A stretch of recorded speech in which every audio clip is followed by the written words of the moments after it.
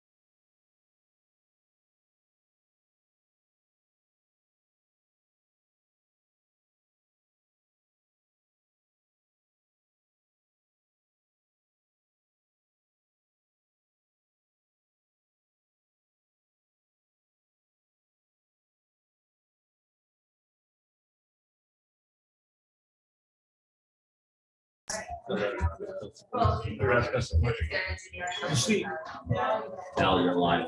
thank you. Yeah. Hi, John. How are you? Cease. Nice to meet you. Everybody good to go? Ready?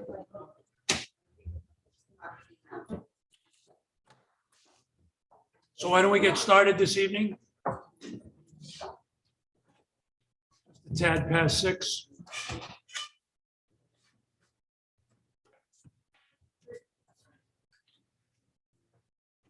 First item on the agenda is a pre-roll for December 1st planning board meeting. I will not be here for December 1st. I will not be here actually for the next couple of months. I'm taking classes, so I'm out until March. Wow, Yes, how about that? wow, EMT classes. wow. So Is that what's required now to be the chair of the board? Save people? Some months. We bringing in a We need defibrillator? resuscitation. all right, let's hope it doesn't come to that. Anyway, so I will be out the next couple. Okay, Ron Perlitz, I will be here December 1st. Carolyn Light, yes, to December 1st. Emily Shamshinia, yes to December 1st. John Pennypacker, yes, December 1st. Cecil Wales, yes, December 1st. Very good, thank you. So the next item on the agenda is the formal introduction of Cecil Wales, our new planning board alternate. You're welcome. Speech. No.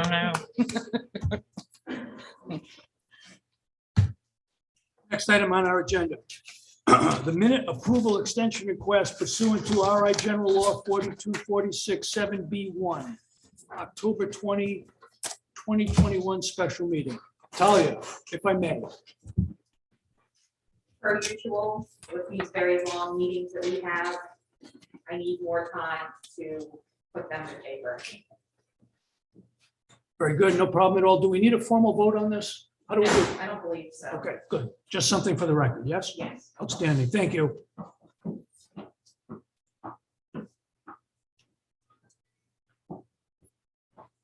An item under old business, a master plan, public informational meeting, major land development project, Skunk Hill Road Solar, plat 1-8, lots 8, 1-3, and 1-4. 0 Arcadia Road, 0 Lisa Lane, and 145 Skunk Hill Road Solar LLC applicant. Can someone just refresh me as to where we left off last? Thank you. Congratulations to the new member. Some will question your sanity in a few years. I will be part of the sum. We left off where we were doing the public comment after the folks that were in the formal opposition presented their witnesses. I believe I cross-examined their witnesses as well. In the context of the public comment, Chairman, you suggested that you see these three folks over here on my left-hand side. The one with the yellow or orange shirt, I'm not sure. Oh, is he off? Yeah. It's bright, that's what I know. I did have a chance to speak with them and consider, and I have some proposals that I would bring to the board's attention. Maybe Mr. Johnson might have something he wants to say about our conversation as well. And I have our forester, Mark Tremblay, who was going to address the concerns that was raised by many members of the public as to the habitat plan. And specifically, the expert presented, the first expert presented by the opposition as to, what would happen to the habitat, how would they be able to transgress the property, the 250 acres, what accommodations could or should be made, etc. Mark Tremblay, I'll call him as a witness. I'm going to suggest that we do that first. And then the last is with reference to the telephone poles. There was a section of 5 or 6 telephone poles along the Skunk Hill side of the property where there was some concern about. What we're doing is we're going to present to you a plan that we've come up with that will allow those telephone poles to be buried. So there won't be telephone poles, they'll just be wires underground, which will dramatically minimize the impact of the vista as the folks surrounding the property look at it. So I'm free to do so. I call Mark Tremblay and ask him to make a presentation as to the issues involving the wildlife habitat on this project. Good, and if I could just interrupt before you get started, but you can take the podium.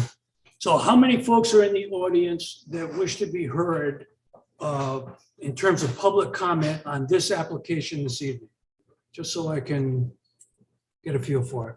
I see 1, 2, 3, 4. 4 folks? Okay, good, just so I can plan ahead. Thank you.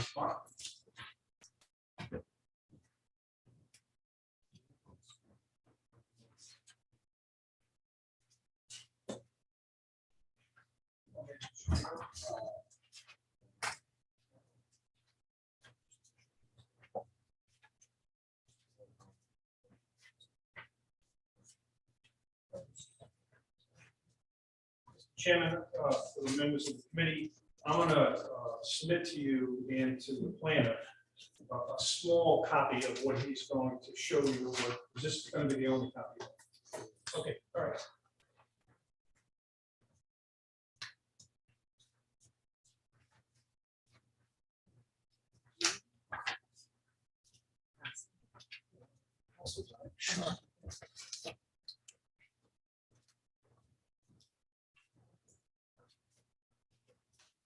Good evening, members of the planning board, Mr. Chairman. Mark Tremblay, I'm a certified forester. I've presented this group before on a couple of other projects. So memory serves, it's been a while. Actually, personally, right? As part of developing forest management plans for landowners, including many here in town, wildlife habitat is a big part of that package. We look at the landscape scale first. How would someone's woodlot fit into the jigsaw puzzle of habitats that are out there? That's called a landscape scale review. Then you zoom in to the property level, and you look at how that individual's property, how it fits into that travel of wildlife, types of habitats that are present on the property, and the potential for making changes down the road as part of someone's forest management plan. And, if they're harvesting timber or doing stand improvement practices, how that impacts the wildlife habitat, for better or for worse in some cases. And in all cases, what we're talking about is a swap of one type of habitat for another. Even in a forest stand improvement thinning, something simple, little patch cuts. Maybe it's a timber harvest where somebody's harvesting mature timber. You're creating different conditions for the types of wildlife that were there previous and will be there in the future. So keeping that in mind, we'll have the same approach with this property. And using the same database from the Rhode Island DEM that was presented previously, they have a map that shows you can switch on 500 plus acre unfragmented forest blocks in the state, on and off between 500 and 250, and you get this is kind of a larger view with, of course, the largest blocks of the 500 plus acres, as you can well imagine, is Arcadia management area, and those areas to the west that are owned by the state and or Nature Conservancy and other organizations. Property, subject property that for this proposal is a 250 acre plus, part of a 250 acre plus zone. And you can see that on this particular map, that light colored green, it occupies a good chunk of That's a that. different And that map. is not, that's a different map. The map that I have has the proposed, wildlife habitat practices included on it. But the property that we're talking about basically occupies that, one of those 250 acre plus sites. And it's quite fragmented, all of the surrounding land is quite fragmented. It's a subdivision, it's open fields, it's the lake down below it with development along the roads surrounding it. I-95, Route 3, it's kind of chopped up surrounding this 250 acre block that we're talking about. So in order to address any of those impacts, clear some of that 250 acres of woods. We're talking about clearing about 70 acres, I believe, on the property of woods. And so you are going to lose 70 acres of mature forest habitat. There's no argument.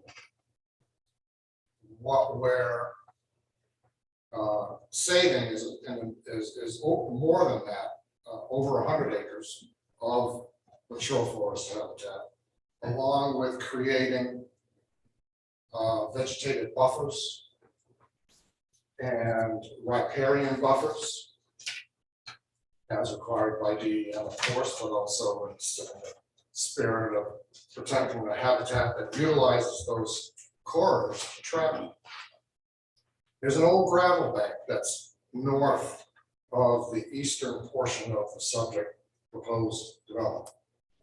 That old gravel bank is just naturally seeding in with native vegetation, white pine, shrubs. Well, the offer that I understand is that they're going to offer to restore some of that gravel bank with grasses. And there's ways to do that. You reshape the topography. You bring in some loam, you scatter that around, you seed it down with grasses and plant shrubs and trees that will provide some sort of an open shrubland kind of habitat condition, which would eventually occur with a gravel bank, but it takes years. If you've ever walked into an abandoned gravel bank, you know that it's a long, slow process.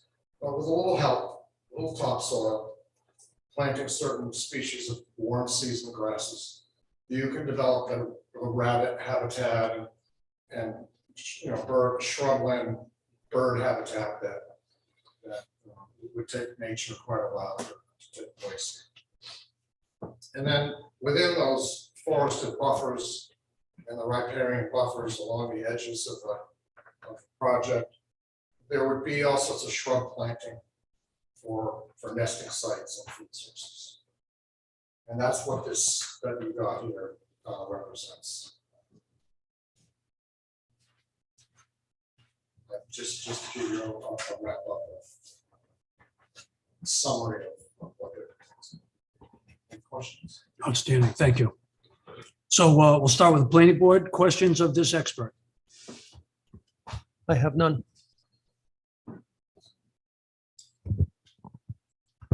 What's the area of the gravel bank what's the size of it?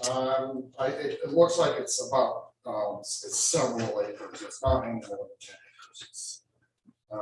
Can you see where it says gravel bank? Yeah.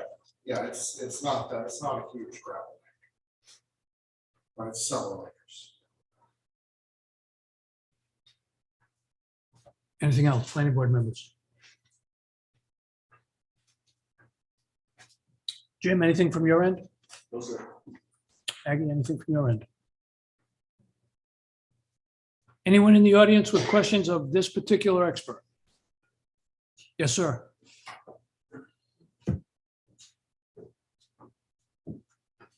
Hi, Eric Dibbler with Wickville Road. At the last meeting, the applicant brought an environmental expert, I've forgotten his name. Is he here tonight? And he's just Okay. At the last meeting, the expert, the environmental expert made quite a point of informing the planning board that there would be 39 acres of forest cleared. And he also said that that would include the existing fields. And tonight, I believe, and by the way, no one on this side corrected that. I believe there's the whole property is about 60 something acres of project, 47 plus or minus clear acres. 47 acres will be cleared. Of trees. Okay, so you just said it was 70 acres. Can I, 2 points? Well, excuse me, I'm just. Wait, 2 points. Questions need to go through the chair. I'm asking a question of the expert, that's what. he- That's Let's get the procedural thing out of the way, please. procedural thing is it goes through the chair and not interrogation. And the other thing I'd like to bring to your attention is simply condition 15 that the council approved and requires plat 18 lot 14. 42.5 acres remains after the project, untouched, forested. Thank you. Plat 18, lot 13 and 8. After completion of the clearing, 46.1 acres will remain, and I'm hopeful that that can be confirmed. I can And that would answer the questions. This maybe relates to the question. Just talk to our engineer, sure, Mr. Sergio Sorenzo. There are a total of approximately 40 acres, that's probably the 39 came from, of woods that will be cleared. The balance of the 70 acres comes from the field itself that I think all you folks saw when you did your site walk. There's no trees clear there because it's already just a field with no trees in it. Got it. Okay, we have that Through the clear. chair. We have that clear. First of all, thank you for the information about the remaining forest that was stipulated by the town council in the ordinance, but that had nothing to do with the point that I was making. The point that I was making was that the expert stood here and said that there would be 39 acres cleared, and that would include the fields. And that's why I came up here to ask the question, because now it appears that the cleared area is 70 acres, which includes approximately 40 acres of woods that would be removed. And I guess therefore by deduction, approximately 30 acres of existing fields. That's all I wanted to do. Good. I just wanted to reconcile this. Yep, no, I appreciate that. Good clarification. Thank you. Anyone else in the audience wishing to ask questions of this particular expert? Yes, ma'am.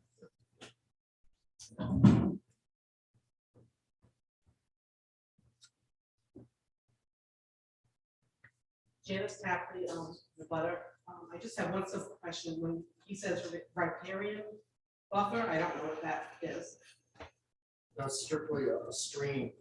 A riparian area is the area, a narrow band associated with the stream and any abutting wetlands that are along the stream, like a little floodplain or something like that. That's commonly considered a riparian area.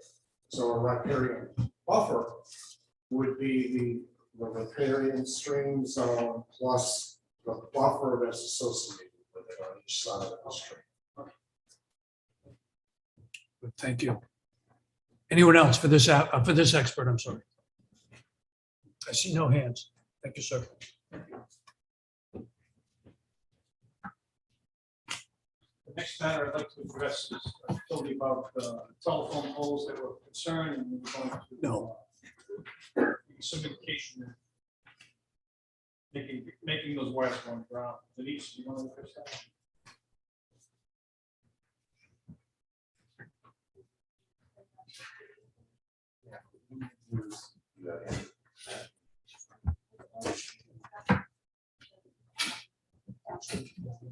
Hello, Denise Cameron. I'm an engineer for 20 Literature. Sergio has it for me. Sergio's going to be handing out an exhibit. We're putting one up just as a sketch to show you exactly where it is. In case my descriptions aren't fantastic. So you're going to see me dance up here until those Yeah, take your time, take your time. Damn, come on, damn it.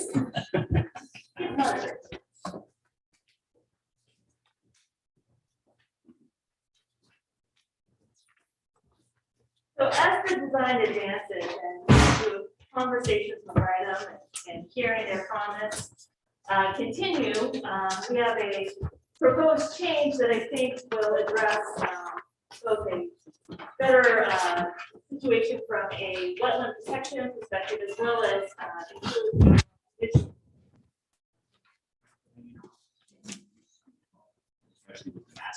Absolutely, will do. That is officially the first time anyone's ever asked me to speak louder, so I'm pretty excited about that. As shown on the handouts that you have, there's a red clouded area. That clouded area shows the new proposed route. And by taking it from its previous route, which crossed the wetland, and I'm going to take a moment from this just to point to the board.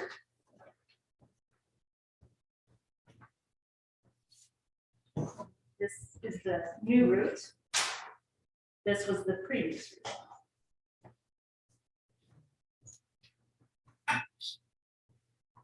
By using this new route, it allows us to go underground, reduces our clearing width, and that is why we're making that proposal this evening. More information, I'm happy to answer questions. Planning board, questions for this expert?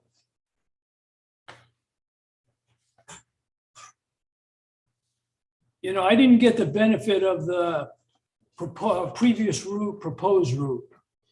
And I'm looking at this for the first time, so. Yeah. Mr. Chairman, Yes, thank you.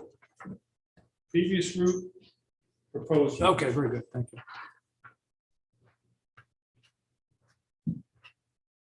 Planning board, any questions for this expert?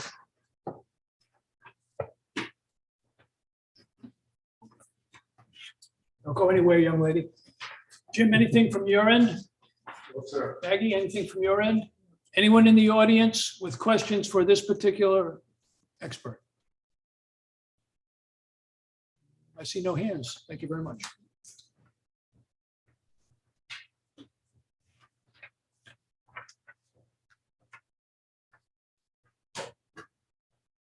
Mr. Johnson, you want to come up?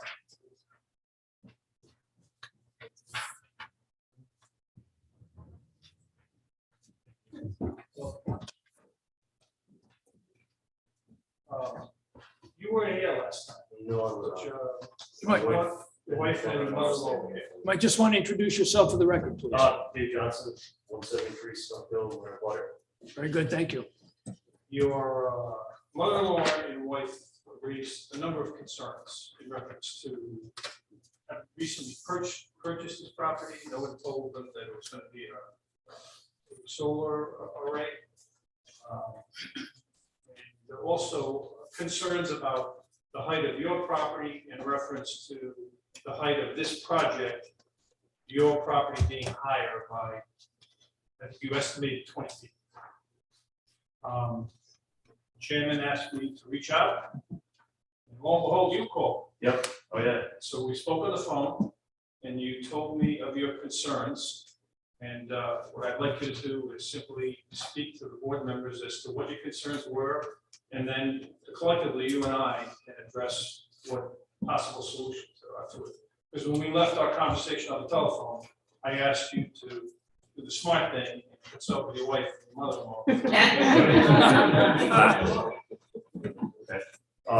Yeah, we were just concerned about we don't want to look at it.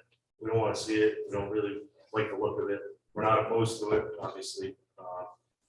But we don't want to burn on our side either. We're concerned to burn, trap water on our property, and act as a dam. We would like to propose just some sort of tree covering on that side that would grow in and kind of hide the solar field. We don't have to see it. Understood. Is visibility your primary concern? Visibility is our primary concern. And just so that I have a feel, somebody pointed at the map the last time, but forgive me, is in fact your, I don't want to say your property, but I presume there's a house on this property? Yes, Is that dwelling in fact approximately 20 feet higher than the subject site? I would say so, yeah. Possibly more. I So, haven't looked at the topographical map, but I do know from our first floor window, we're looking out across that field, you can see the field clear as day.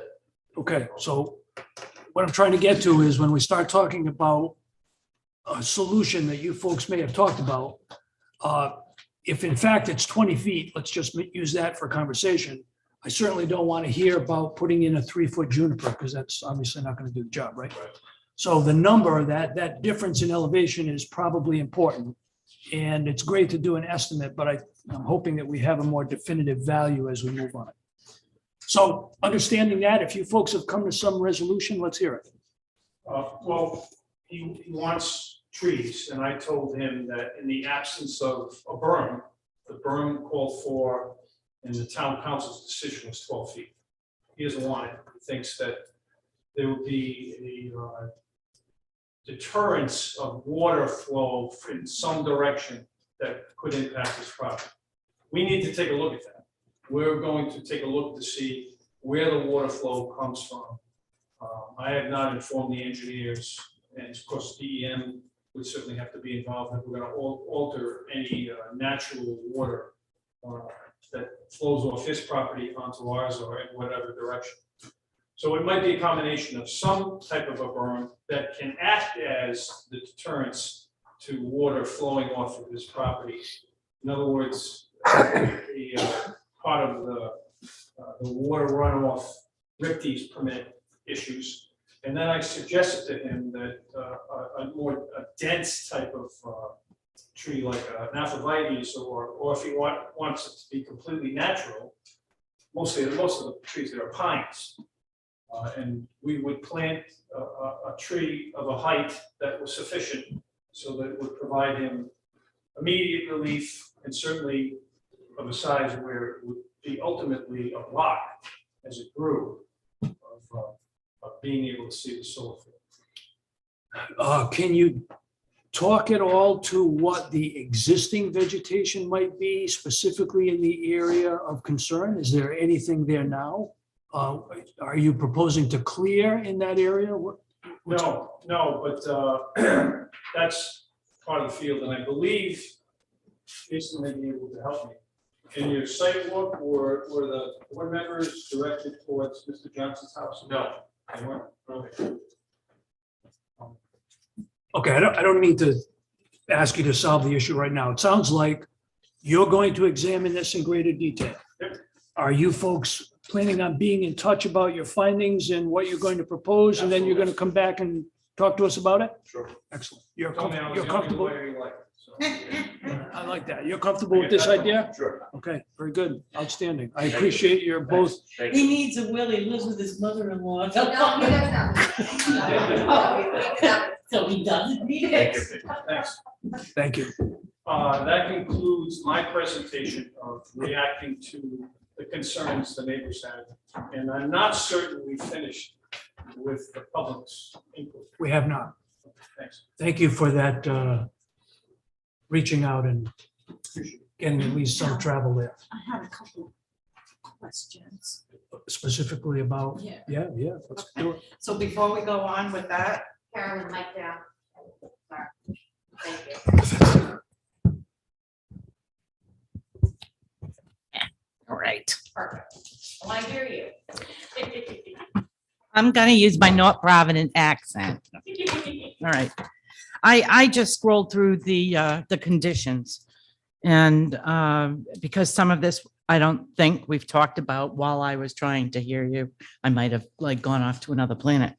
But there's a condition 14 and it says that the viewscape, the applicants will protect the viewscape so that no installed solar panel is visible from the first floor of any abutting neighbors' homes following construction of the arrays. Yep. Okay.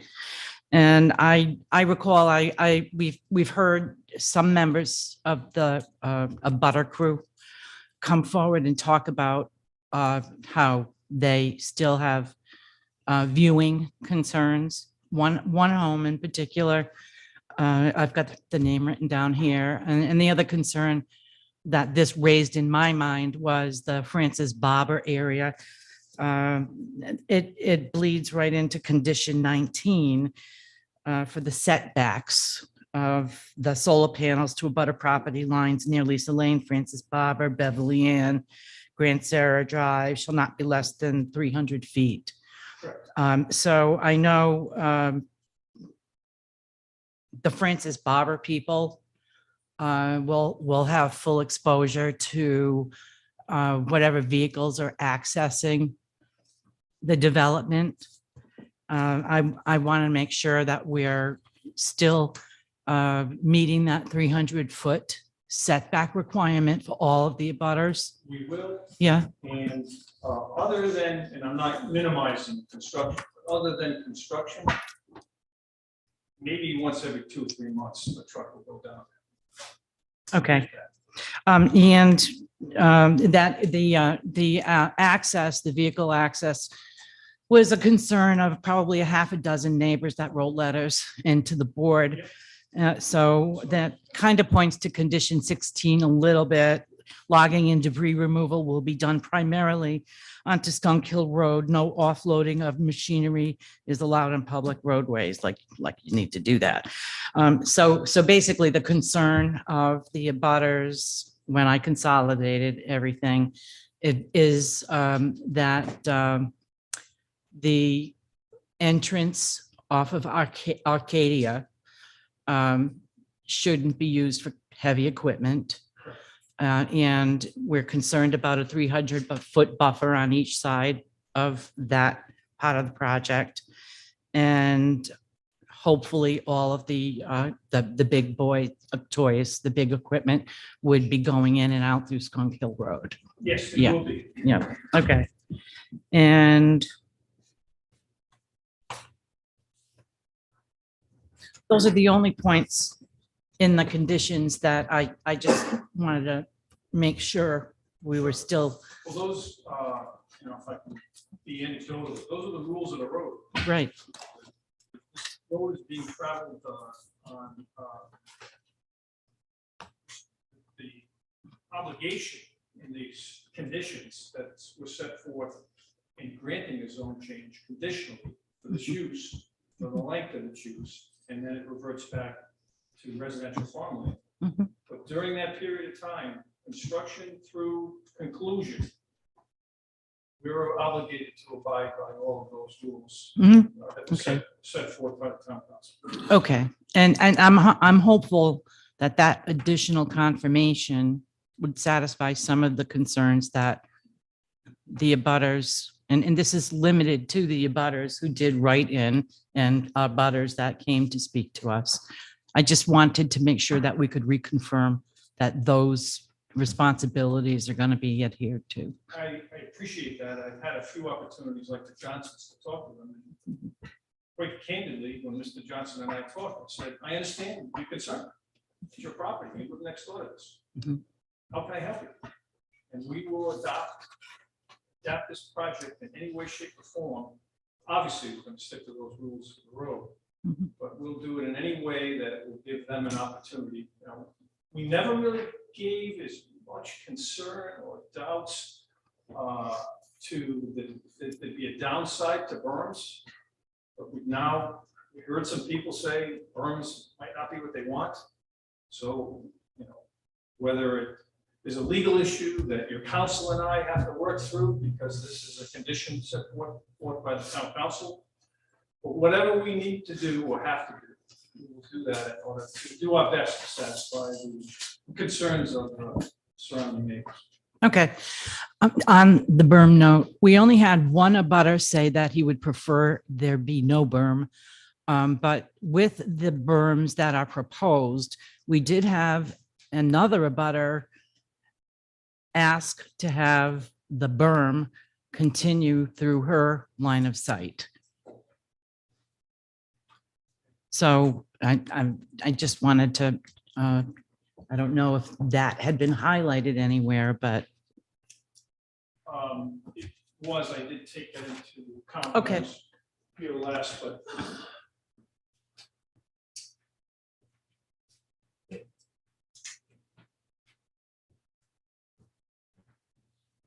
you reminded me of, someone sent me a letter, Joe Machado, who lives on One Townhouse Road.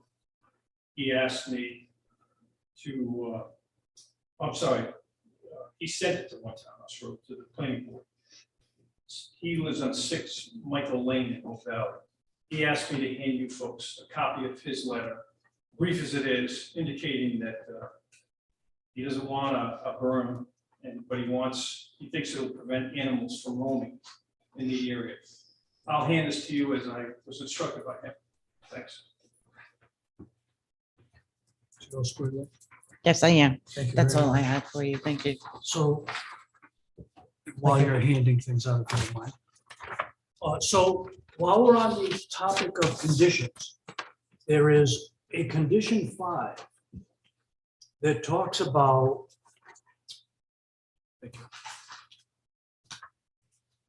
providing a quote, reasonable plan to designed to sustain the native animal species in and around the solar array facility during construction and its operation until the facility's closure. I don't think we've seen that yet.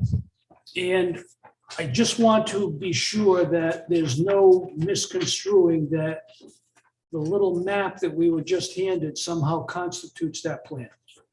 It does not. Okay, good. So That would can, be more of like an engineer, that's more of a mechanical question.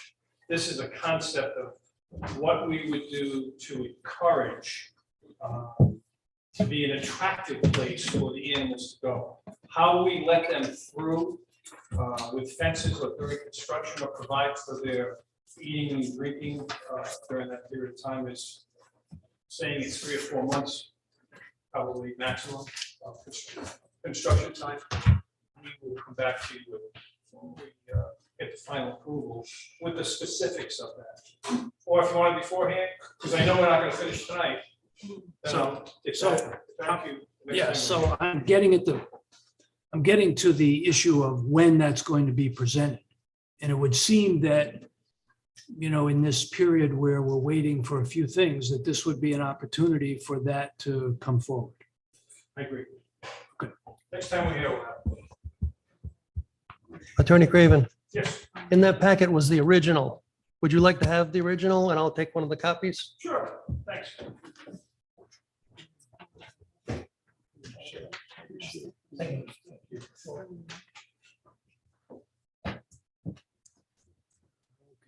I suppose I should draw your attention to condition 18 as well, please.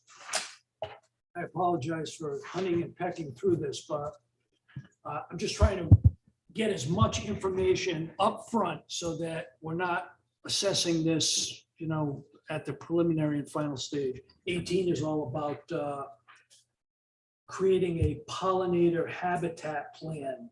So that sounds very similar to what we just talked about. Perhaps those things can be linked for your, I will address, in in your thoughts. addition to what we presented tonight with Mark Tremblay, the conditions set forth specifically in condition 5 and 18 at our next meeting. Outstanding, thank you. Okay. So with that, are you all set while I go to? I'm ready. I have a question. I'm sorry. Me? I wanna ask- Yeah, come forward, come forward. I want to ask a question of you. Yep, sure, of course. When you came over and spoke. with You want to, me, you Joanne want, Sernitsky. thank you. No, I'm probably not coming from You spoke about a 100-foot setback line a little while ago, and I just want to clarify, is the 100-foot or 300-foot setback line between 173 Skunk Hill and this project? There are varying sizes depending on what part of the project we're talking about. In your area, my recollection is 100 feet. In the area of Lisa Lane, it was requested that it be 300 feet. That's my recollection. I would, if that condition sounded like all of others, and I would certainly think Well, 300 I can feet assure should you be considered for every- 173 Skunk Hill as well. Every condition that we've agreed to, and the town council has pronounced in its decision, we'll stick to that.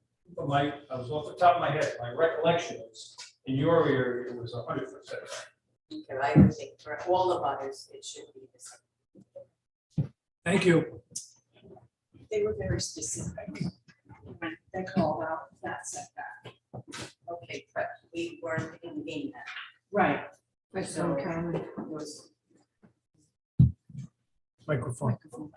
Okay, so let's take comments from the audience. Joe, I saw your hand first.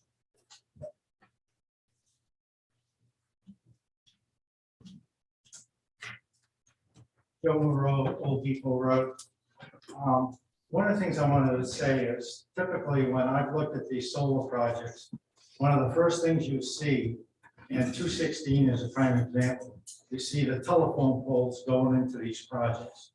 And I want to compliment the developer and the attorney and people responsible for taking the added expense of burying these lines so that you don't see these telephone poles. I also want to compliment Mr. Craven for reaching out and speaking to abutters and residents on this project. Very seldom do you see attorneys making adjustments and reaching out as it's doing with Johnson and some other folks. So I appreciate their efforts, especially with eliminating these telephone poles. Thank you. Yeah, very good. Thank you. Yes, ma'am.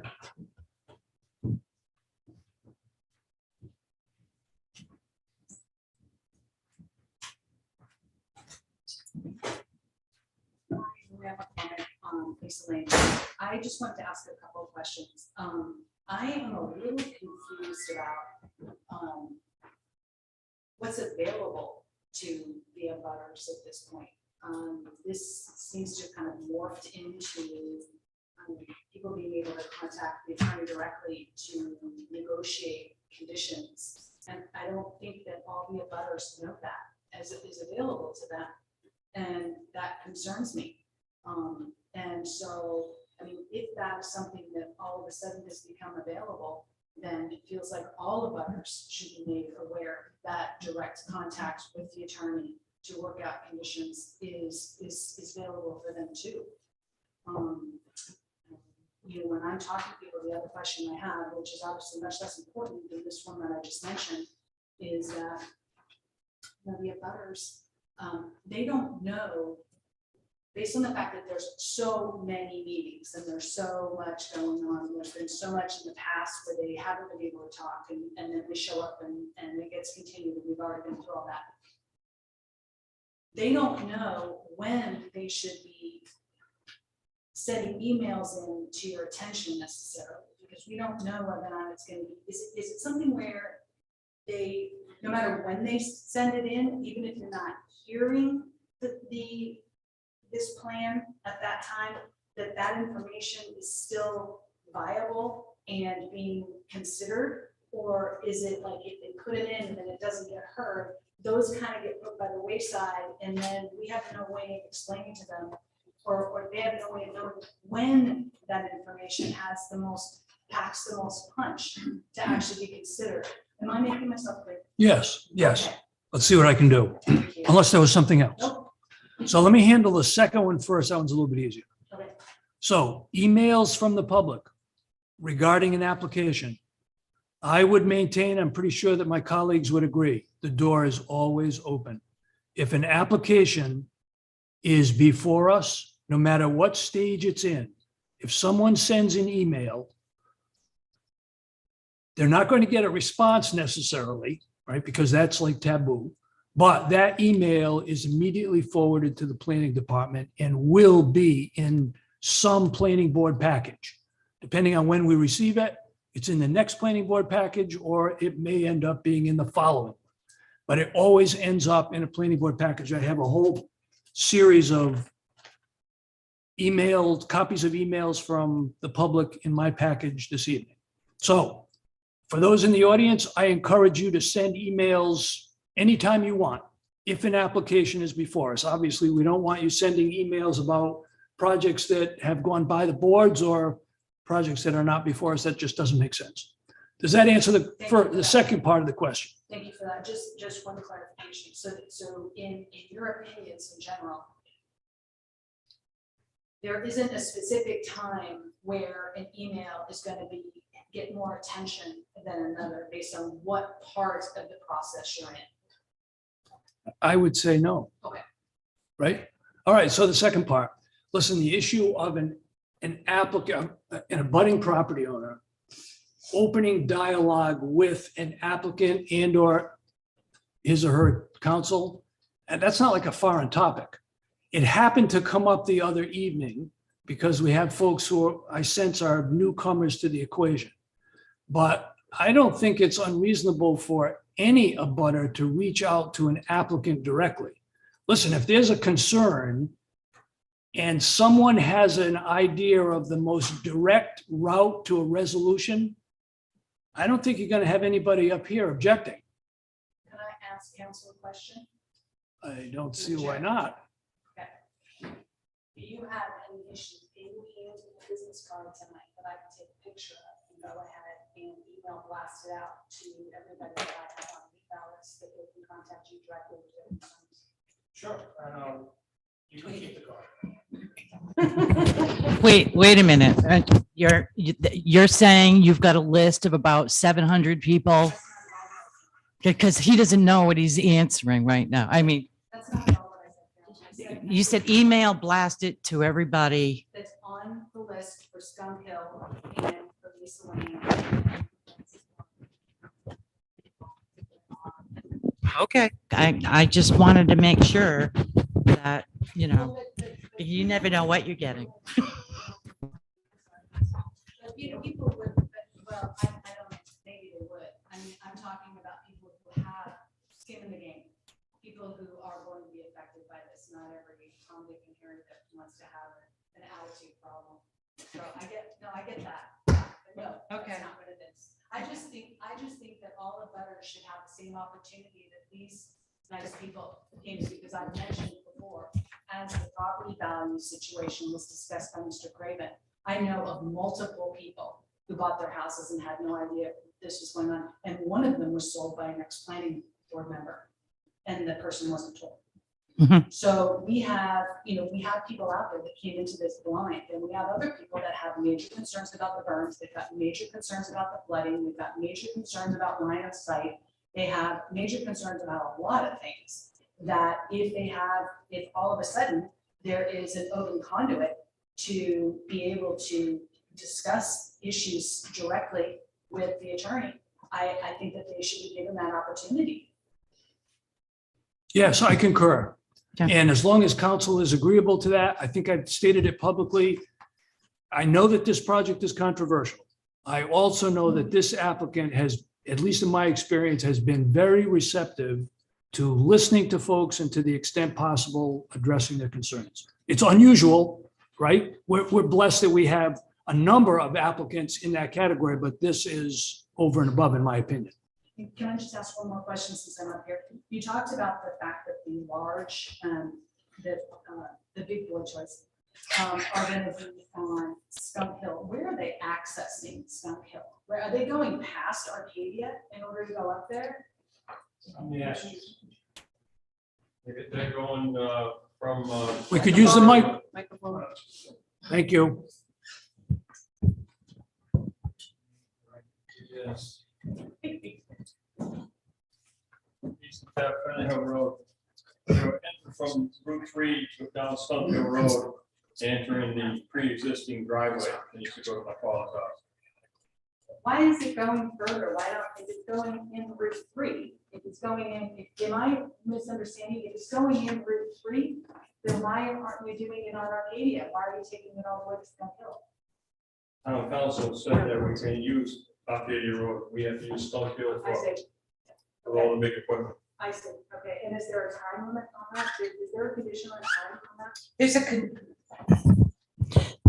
these projects do have timelines. Does And that include delivering equipment and traffic? if it takes them a year, they have the year to travel those routes with the equipment and I'm supplies. talking about 8 to 5. I'm talking about- That was another condition that the town council put into the And that ordinance. includes the traffic. The 8 to 5 part. All construction activity is limited to that 8 to 5 window. Yeah. Thank you. Okay, yeah, okay, great. Good. If I can take this as a- I'll get it. Outstanding. Thank you all. Anyone else in the audience this evening? Eric? Oh, I saw that. hand. If you care to defer, I'll leave it up to you. Come forward, young lady.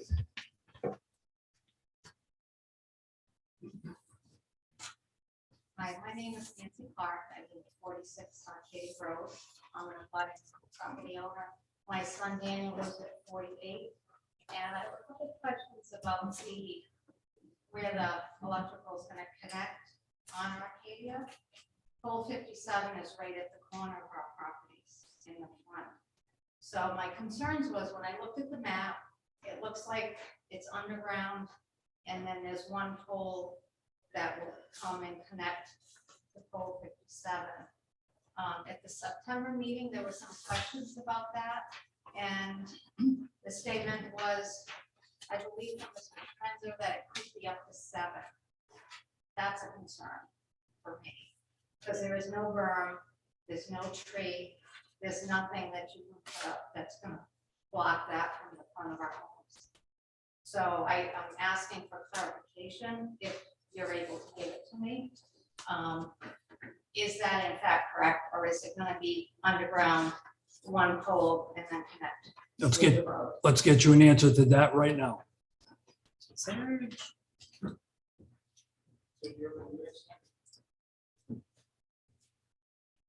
Question was on Arcadia Road. Yes. I'll use that.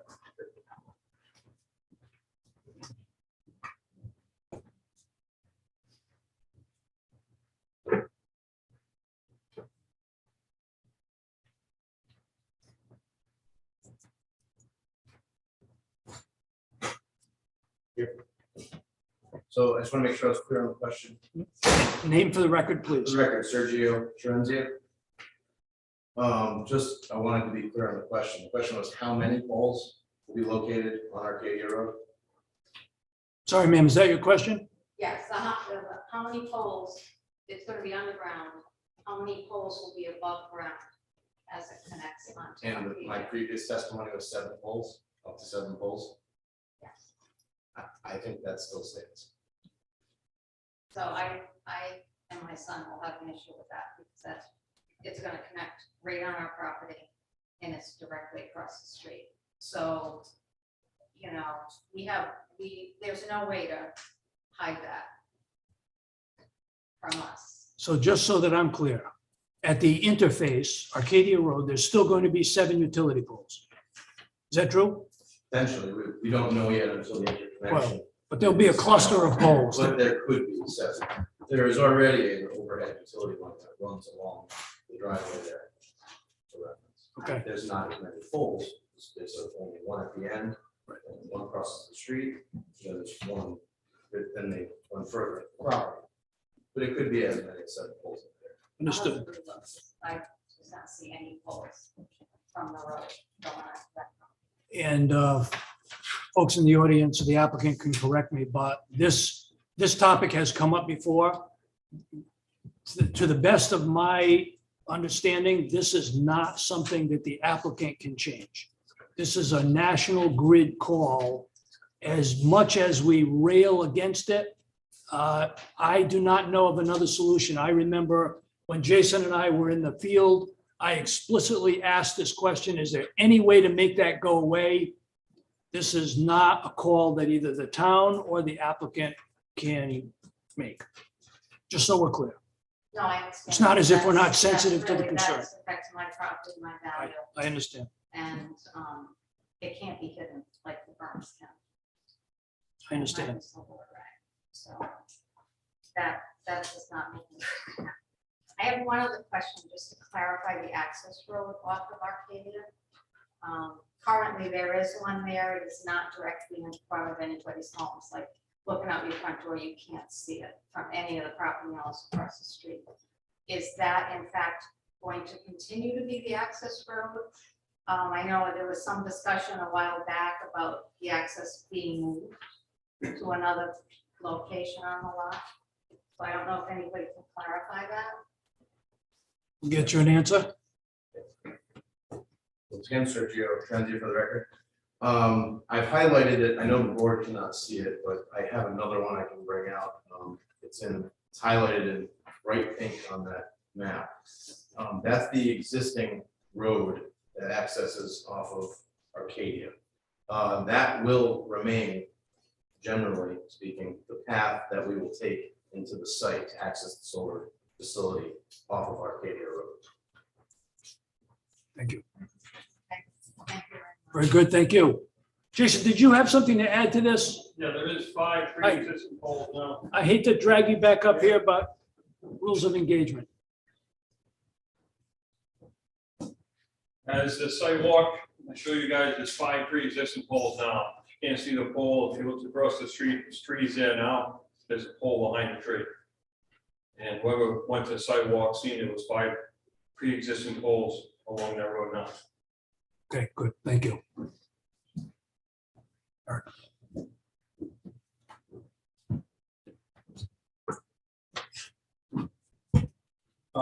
Hi, Eric Goodler again. One of the previous speakers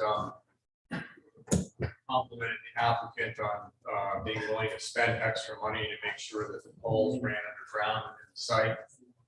I just want to make sure the planning board is aware of condition 19, which says the applicants with right of approval will interconnect to the grid via underground cables to the maximum extent possible.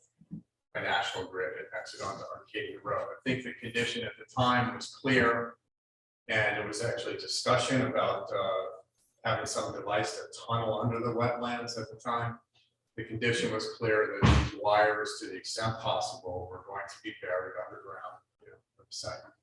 I don't know to what extent. It's not clear to me from the plan that's germane to this discussion. We're talking about the poles.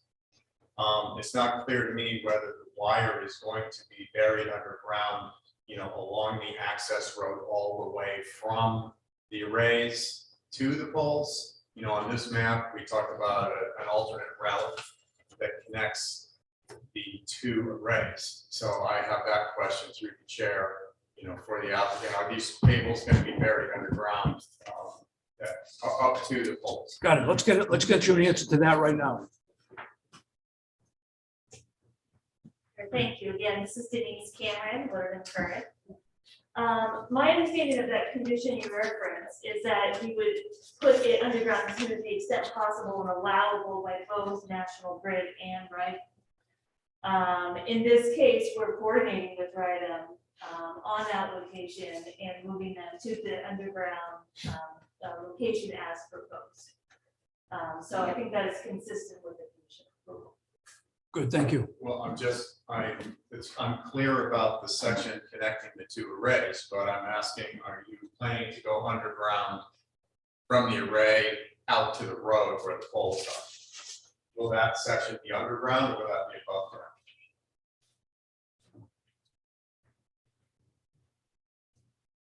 Thank you. The master plan documents will show that, and I believe calls out the transitions anywhere where it goes below or above. When it comes in off the interconnection off of Acadia, it is above, as mentioned, that's a requirement of National Grid. Beyond that, we are underground unless required for crossing purposes. Good, thank you.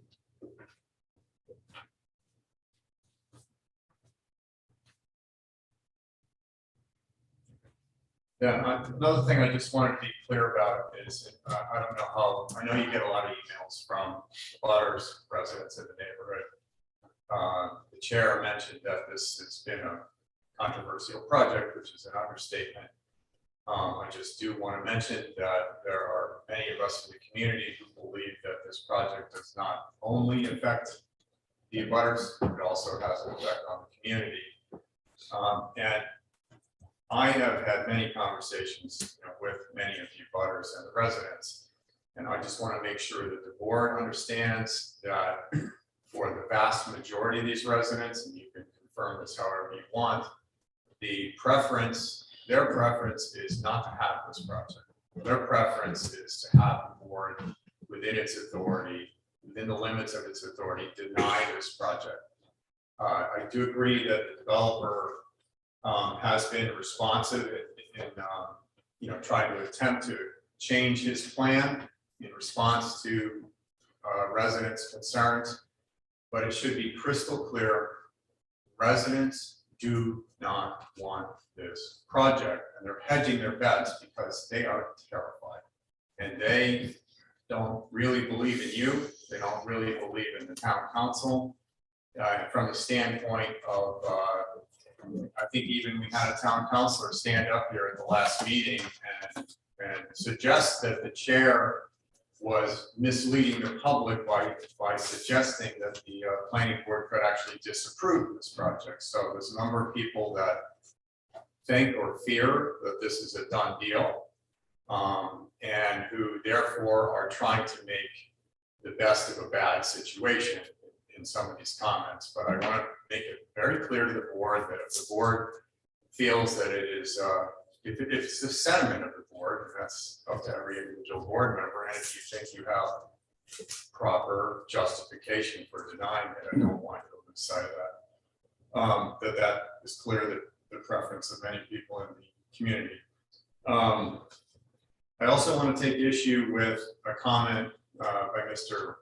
Tremblay about what we're suggesting that through the reforestation plan, what we are really contemplating here is substituting one type of environment for another type of environment. I believe that very conveniently and superficially disregards the fact that the new environment will begin to assert itself 30 or 40 or 50 years from now. And in the interim, we are very definitely going from one environment, which is a natural forest, to a sea of glass. It's 53 acres of solar panels. It's an industrial utility, and it's going to be ours to live with for decades. I'll be dead and buried by the time this new environment starts to substitute itself. So let's not gloss over the time gap. We also talk in terms of 25 and 30 years quite frequently as a termination point, but there is no firm termination to this project. And as a matter of fact, most of these installations, the developer may sell power for some term of time, but there are, there's the ability to renew contracts. There's the ability to replace panels. I mean, this thing doesn't have to terminate in 30 years. This could be here for 40 or 50 or 60 years. Let's not kid ourselves here.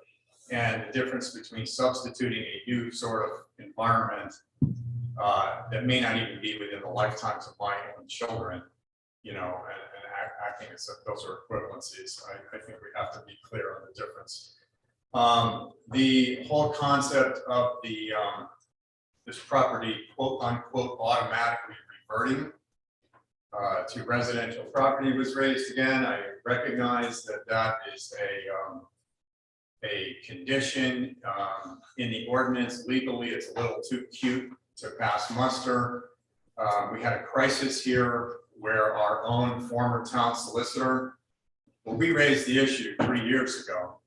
And we pointed out that there's a Rhode Island Supreme Court precedent that makes it very clear that that automatic reversion is not legal. The reason it's not legal is if you're going to change the zone through any mechanism 10, 20, 30 years from now to a new zone, you can't do it without noticing all of the abutters, having a public hearing of the town council, having a vote of the town council.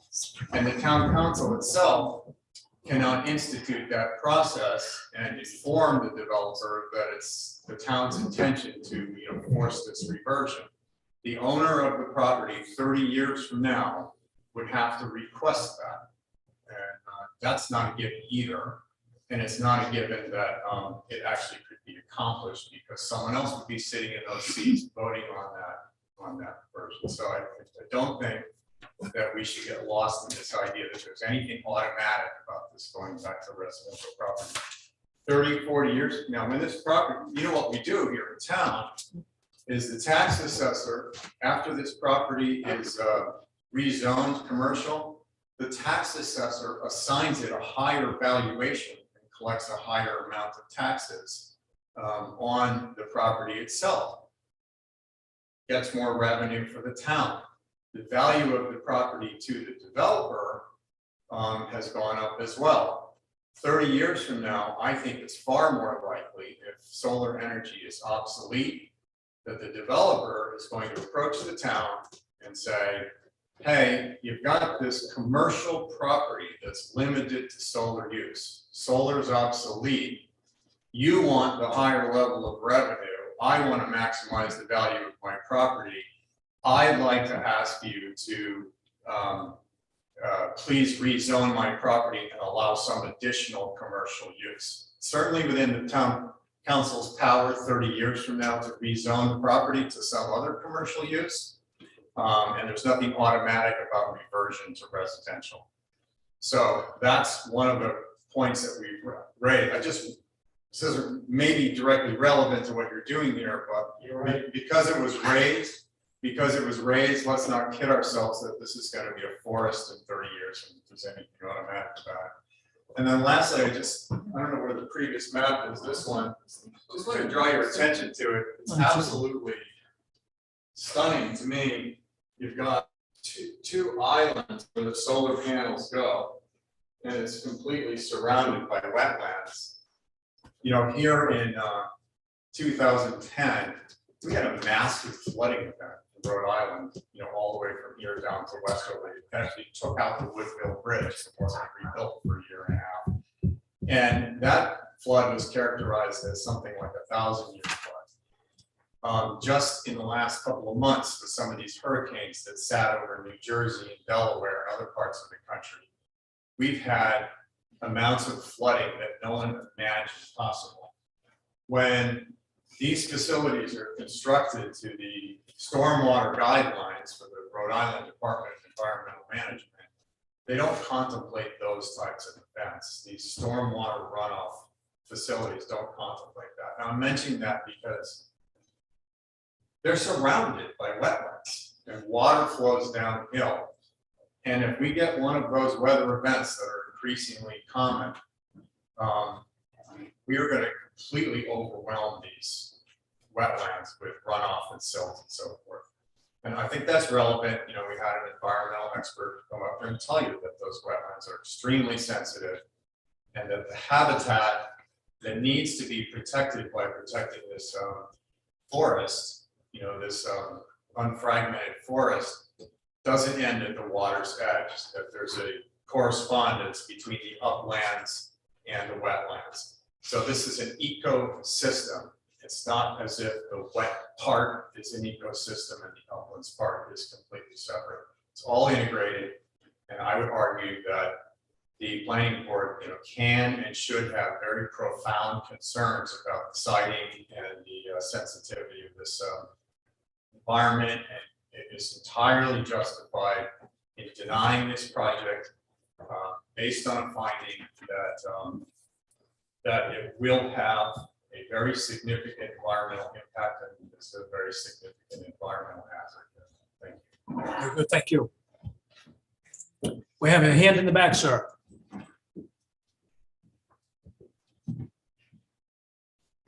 Joe Moreau, Old Depot Road.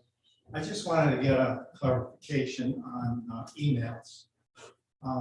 Prior to this evening, my point was that emails had to go to our planning department and then the planning department would take care of it. I have not been emailing planning board members. I emailed the chair and our attorney. So I want to get a clarification on that because I know it was on Facebook. In fact, I think it was the chair that had recommended that the emails go to our planning department. So I want to clarify that. Sure, we can do that. So it is certainly my preference, speaking only personally, that emails relative to a project go to the planning department. Personal emails, I don't think should be playing a role in this. That said, I've maintained an open door policy throughout my tenure here of some 35 years. If people want to reach out to me with an email, I'm not going to say no. So if that happens, great, as long as everyone understands that I don't dialogue with people about it. Instead, you can send it to me and it goes that way. And as long as we're all clear on the travel of the emails, I don't have a strong preference, although it's probably most appropriate that it go to the planning department. Thank you. The other thing is, you're all very highly qualified. It's obvious that you can make your own decisions. We don't need any one individual or group of individuals to try to convince you on how to vote, or how to proceed with your due diligence. I'm not going to talk about floods from New Jersey. I've heard for the second meeting in a row that there's many people here that are concerned about this project. I see maybe 6 people from this project. It's well advertised. Our planning department, Talia, everyone else does a great job to advertise these meetings. If there's that much of a concern, please show up, voice your opinions, voice your concerns.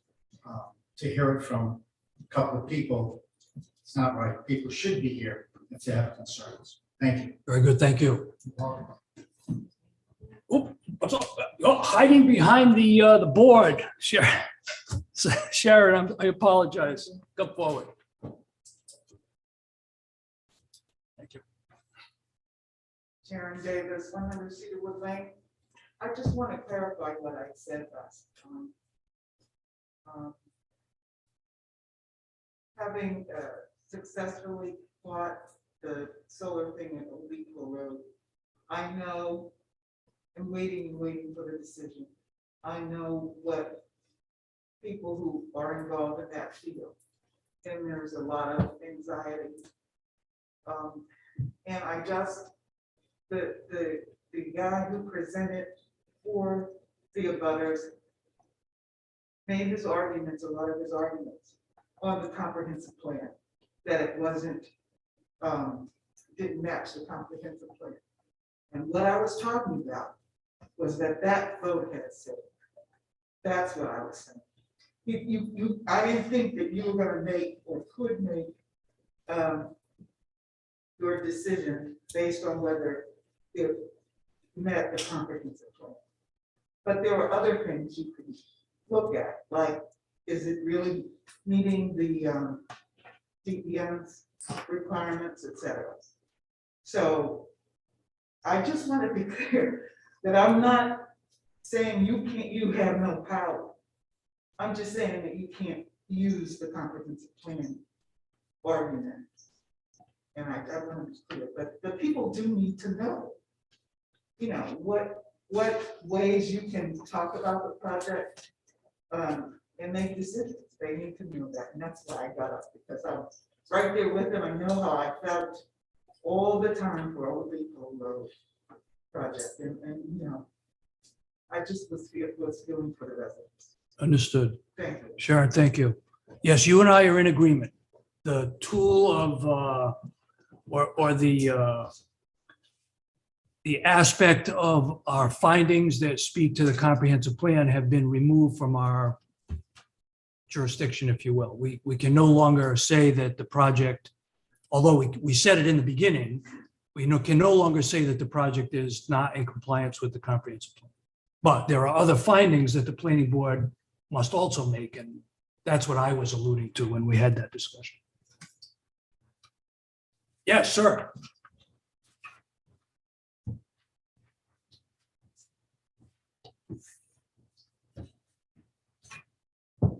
I'm David Heaver. I live at 5 Anna Drive, Elk Valley, in the 10th mile distance of this proposed array. I was at the last meeting, and it was standing room only, so there were plenty of people here last time. In fact, so many that I ended up leaving after a while, but I logged in through the Zoom meeting, and there may be plenty of people in the Zoom. Is it Zoomable tonight? Oh, yes. Yeah, so there may be a lot more people listening than what are physically present here. So to some degree, I think there's still an awful lot of interest, although I do feel to some degree I'm in a minority here tonight. And I am, as Eric was saying, I am terrified about the size of this thing and its impact. In one way, I conclude that we can fix the nice lady's pole problem is to deny this project altogether. There won't be any issues about poles, or certainly reduce the size of it. So the question I have is, for you folks, it's somewhat rhetorical, but what will it take for the planning board to either deny or shrink this thing significantly so that the abutters and the rest of the community aren't so terrified as I am? So, thank you. Very good, thank you. Mr. Chairman, I forgot one of my questions, but I asked it. Yeah, as long as is there anyone else that wishes to be heard before I allow Eric to return? Yes, ma'am.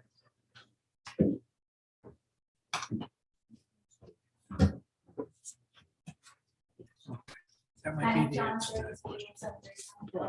The conditions, is that something the public can view? Absolutely. It's on with the rest of the documents. Yep. And because I'm really ignorant to what these conditions really mean, is it basically set in stone guidelines for this project? It is. Okay. Thank you. There was a question, Eric, just before you, there was a question about, bear with me.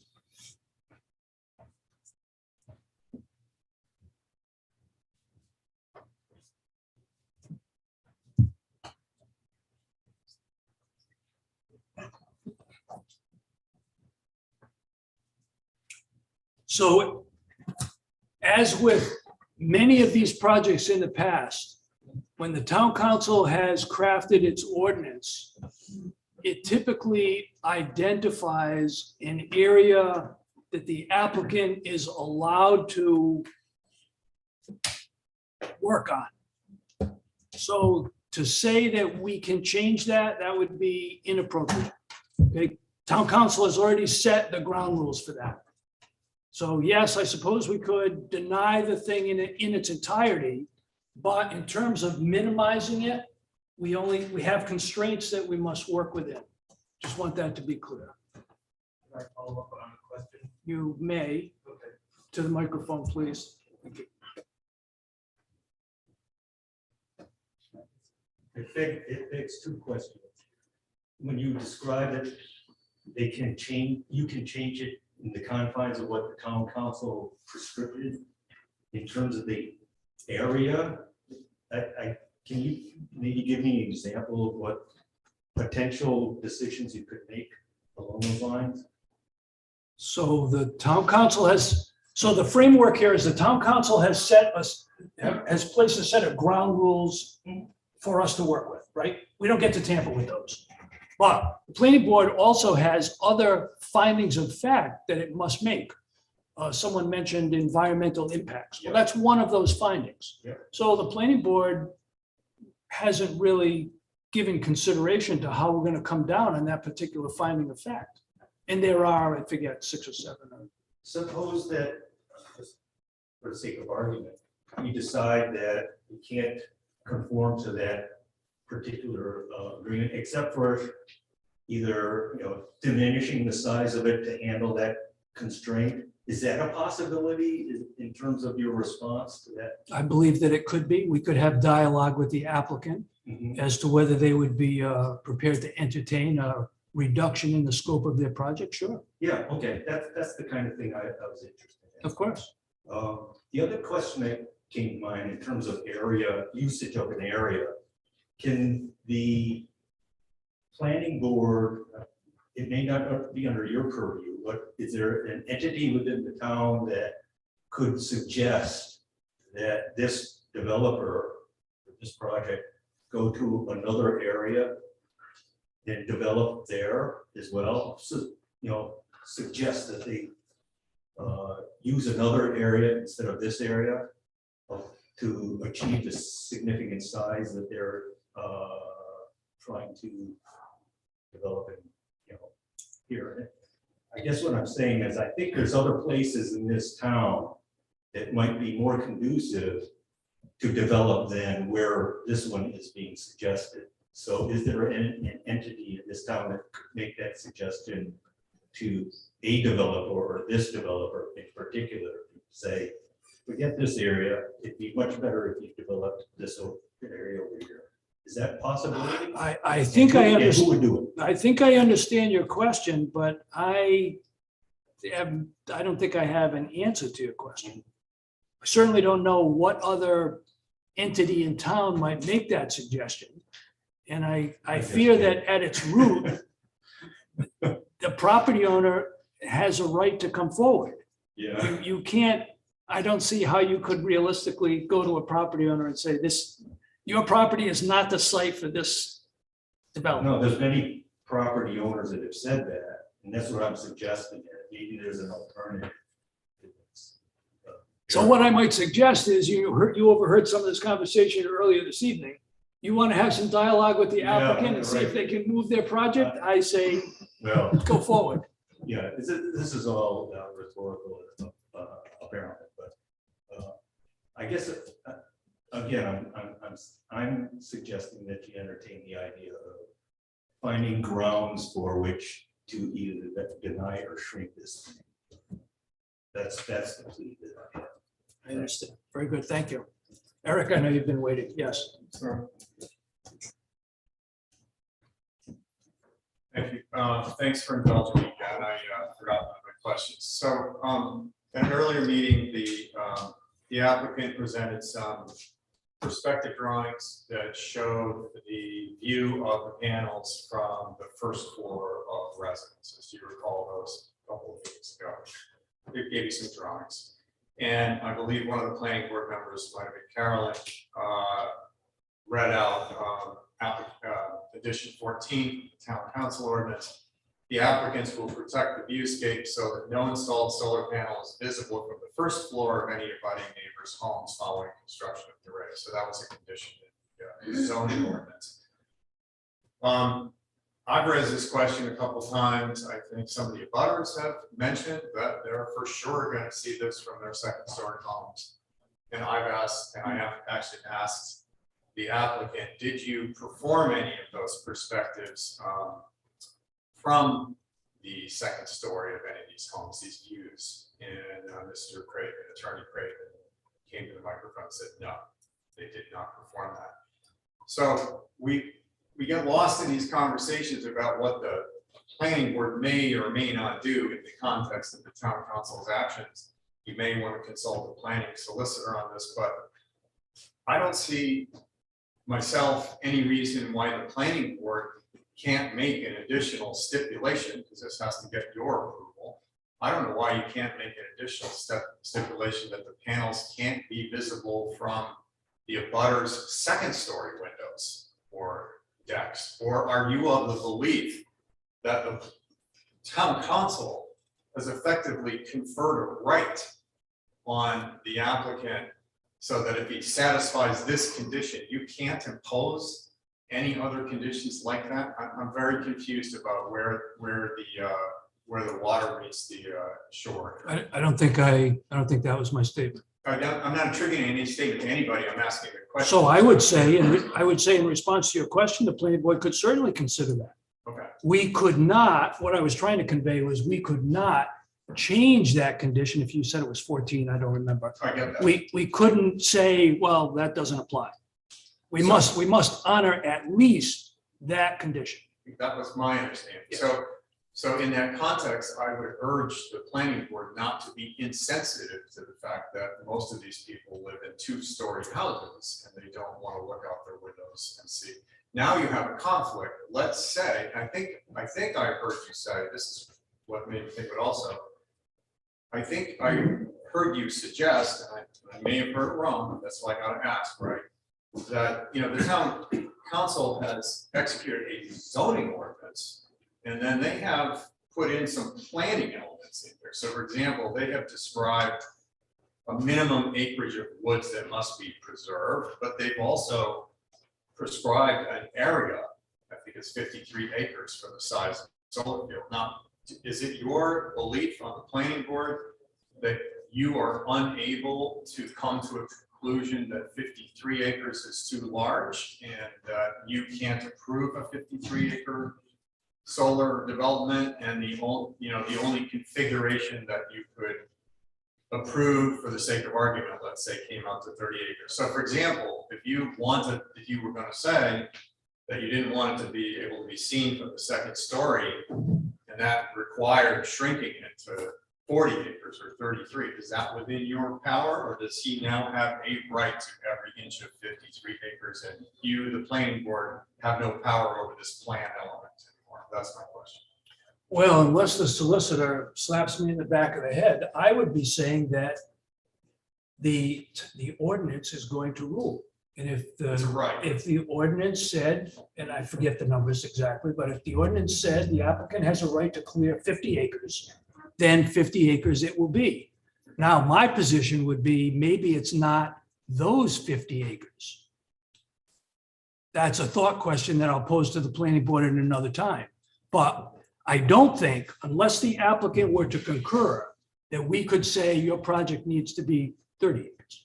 So the size and the location so those are traditional plan elements, and it's your position that the town council, by virtue of passing a zoning ordinance, has cemented these plan elements. It belongs here, and it's 53 and no less, unless he wants to volunteer to make it smaller, etc. Those are effectively rights that are conferred upon, right? You and I have had this discussion previously, although not on this application, that unfortunately, the town council at the time engaged in some planning board roles that, well, I can't undo as a planning board member. As much as I might not like it, that was a done deal. And I know, the reason I'm asking this, I know the solicitor has said in the past, that this issue was adjudicated and settled in Superior Court. And the reason I'm raising it is not because I want you to undo what the town council did. I'm trying to figure out where your authority begins and ends. The reason is because the suit in Superior Court was dismissed for failure to file on a timely basis and for lack of standing. But in terms of the merits of any of the arguments, these arguments that we're having right now, those were not adjudicated, okay? And what I'm asking is, what I'm concerned about is the planning solicitor's advice to the planning board, and whether the planning board was understanding it correctly and I'm understanding it correctly. So I guess my answer is, unless the solicitor disagrees, that if this applicant wants to do 53 acres, the planning board feels that 33 would be more appropriate, the planning board is powerless to make that stipulation. That's what you're telling me, right? That would be my position, unless the solicitor would like to weigh in with a contrary position. The only thing I would add is that in the event that another permitting agency does not permit the clearing of that much of the property, they would have the ability to reduce the size of the project. So if there's a wetlands clearing issue, or there's a special habitat or an endangered species or something of that nature, that's out of our jurisdiction. And if that entity undertakes it, it undertakes it. Is this not a permitting agency? Yes, this is a permitting So agency. this would be another permitting agency that Another permitting agency other than the planning commission. Good, thank you. Very good, thank you. Anyone else in the audience on this application? Young man, good to see you. Come forward.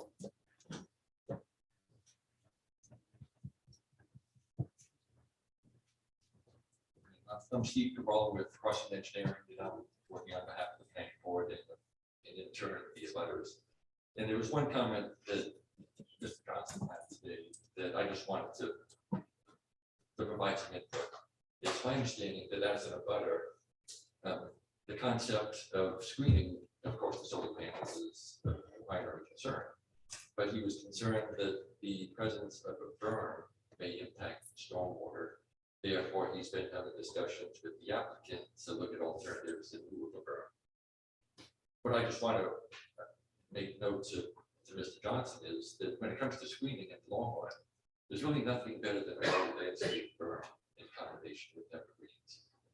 So if the concern is also drainage, I wouldn't quickly give up on the berm. I would consider options such as putting a series of culverts beneath the berm, just to allow the natural flow. So that's really all I want to say at this point.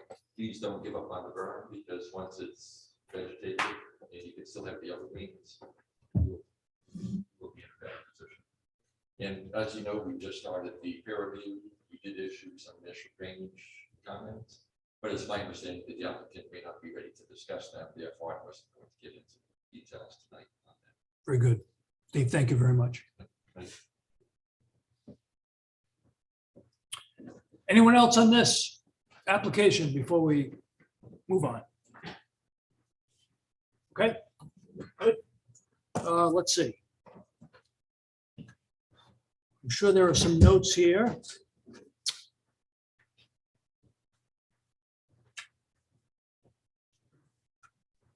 Jim, we're good with an extended decision period. Looks like December 8th. Yes, Mr. Chairman, I'd like to suggest that in light of the fact that, as Mr. Cabral just said, they have just gotten their initial look at this project. And it appears as though there is quite a bit of work to do on it before they come back to the planning board and have a comprehensive discussion on it.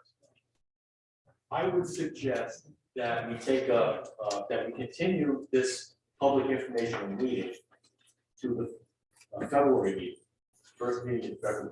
I say that for this reason. December 1st is right around the corner. I don't know if they're gonna have enough time to really work on this and work on all the issues that are outstanding. That's kind of a quick turnaround. Packets go out only in a couple of weeks. Now, rest of December, we have the holidays. Okay. A lot of people don't want to do work. So would they, my question is, I'm not sure that they would be ready to come back to the board even in January. So I would say, rather than have these applications come back for little bits of review here and there, give the applicant and our engineer ample time to look at this project, such that when they come back in February, we can really flesh this out thoroughly and maybe start thinking, get some thoughts in line as to what the board wants to do with the decision. And maybe for March, maybe for April, that time frame. Maybe we're inching towards the decision. But to be honest with you, there's so many issues that need to be fleshed out here. I'd rather have them come back after they've really done a good job. Because again, a December meeting is jammed up. So I mean, to rush these people here for a 5-minute, hi, goodbye, you're wasting everybody's time. And they're not gonna be happy when they trot everybody out to the beginning. So I say, when something's ready to get acted upon and worked on, bring it in. Otherwise, leave your vehicle at home because they're not ready for you in the shop. So, and I would say the same thing about the next application as well, because we will get there when we get there. But so I would recommend that the board continue this public informational meeting to the February meeting. I don't have a date in front of it. And then also have the decision period extended to, let's say, a week or two beyond. Applicant, what do you think about that idea? We talked about it earlier today, and I agree with that plan. Outstanding. So would you be prepared to extend the decision period to, and perhaps somebody can help me with the calendar? I need a week after the meeting. That would be February 9th for the decision period. Agreeable to that? I'm agreeable to. Excellent. So we would be continuing, someone's going to make a motion, we're going to continue this to February 2nd.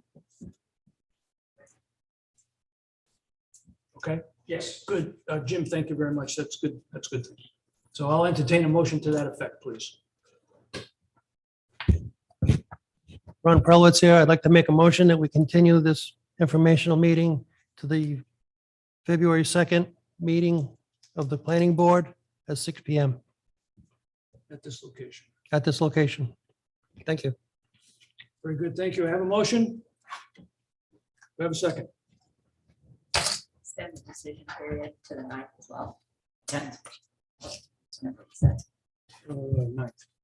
9th. Yes, you want to amend that motion? Sure. I'd like to amend my motion to make the decision period to February, was that 9th? I don't have a count. Ninth. Yes, February 9th. Thank Very you. good, thank you. Amended motion, do I have a second? This is Emily, I'll second. I have a second. Any further discussion? All in favor? Aye. Prelwitz, aye. Light eye. Shamshini, yes. Yes. Very good, thank you. And thank you. I think that finishes our presentation tonight. We move on to the next application. But I did put up 16 photographs of the viewscape as you look from the fields out into the neighborhoods. In all fairness, we waited till today because the leaves fell off. And that's the fairest way of determining what people can see and not see, at least for 5 or 6 months a year. Very good, thank you. So it's up there, if the members want to look at it, when you leave, and it's public, we should look at it. Yeah. To see what is and what isn't. And just to be clear, we're still on the Skunk Hill application, right? We are. So if there's anyone in the audience that's going to be leaving and care to look at that before we undertake the next application, you can certainly do that. So with regards to the next application, I am out on this one. This is Atlantic Solar. I'll let somebody else introduce it. My firm did surveying and mapping for this project well before this owner came into taking it and before this application took place. I don't have anything to do with this application, but nonetheless, recusing.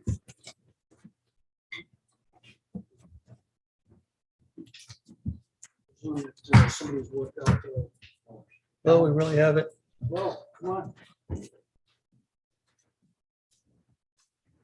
Okay.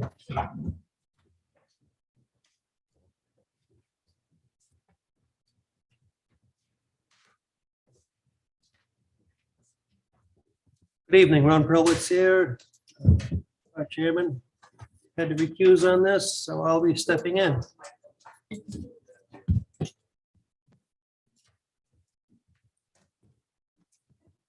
Misplaced my agenda sheet here. Thank you. Okay, under new business, second pre-application, 5-lot minor cluster subdivision, Fairview Residential.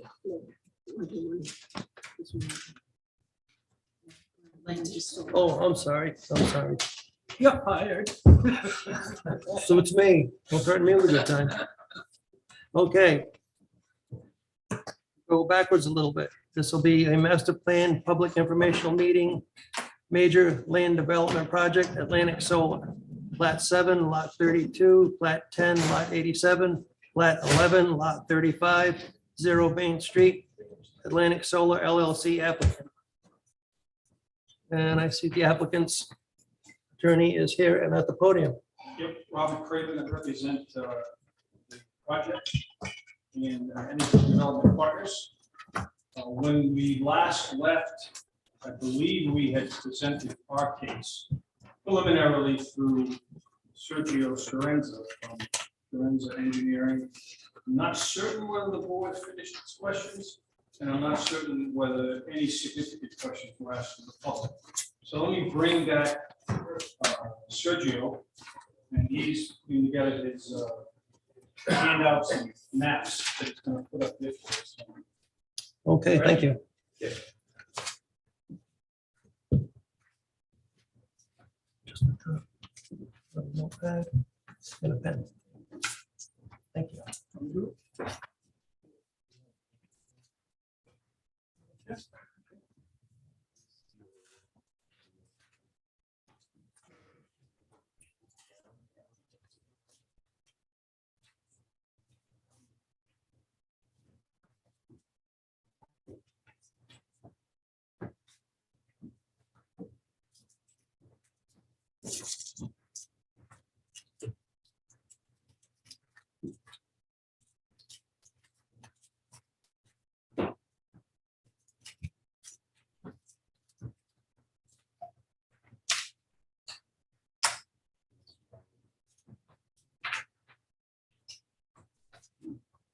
members of the board on either side of you. I'll turn one of them towards you. You see the maps, they're both identical. It's referring, are they identical? Yeah. The handouts are a smaller version of what you can see or not see depending on your ability to see that distance.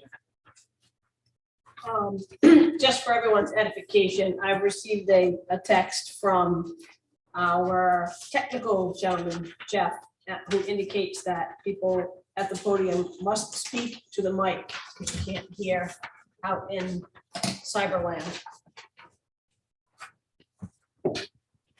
Microphone's on, but I'm not hearing it here. Doesn't Give it a say. tap. It has the red, which supports the mic and the red dot. Try to dip away and see what happens. I would think if you speak into it, we should be able to hear you. Or text Jeff and have him confirm. Test. I would do that if I had my phone, but I don't.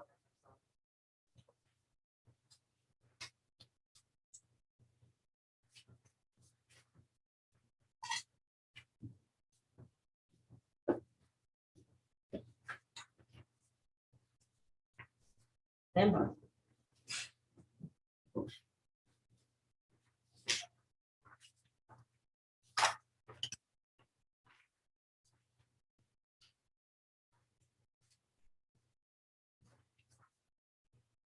So yes, Sergio is up.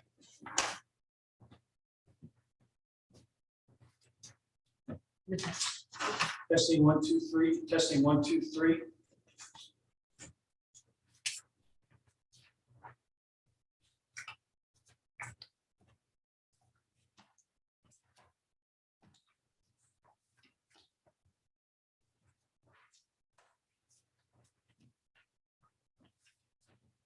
Stand by.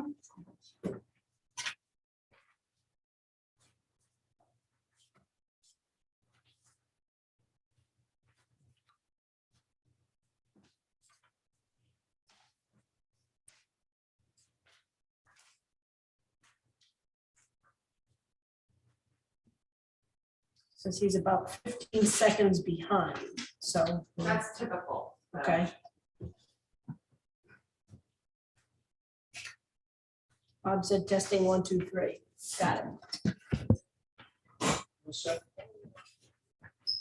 For the record, Sergio Trenzia, with Trenzia Associates, offices at 99 Mechanic Street, Hopkinton, Connecticut.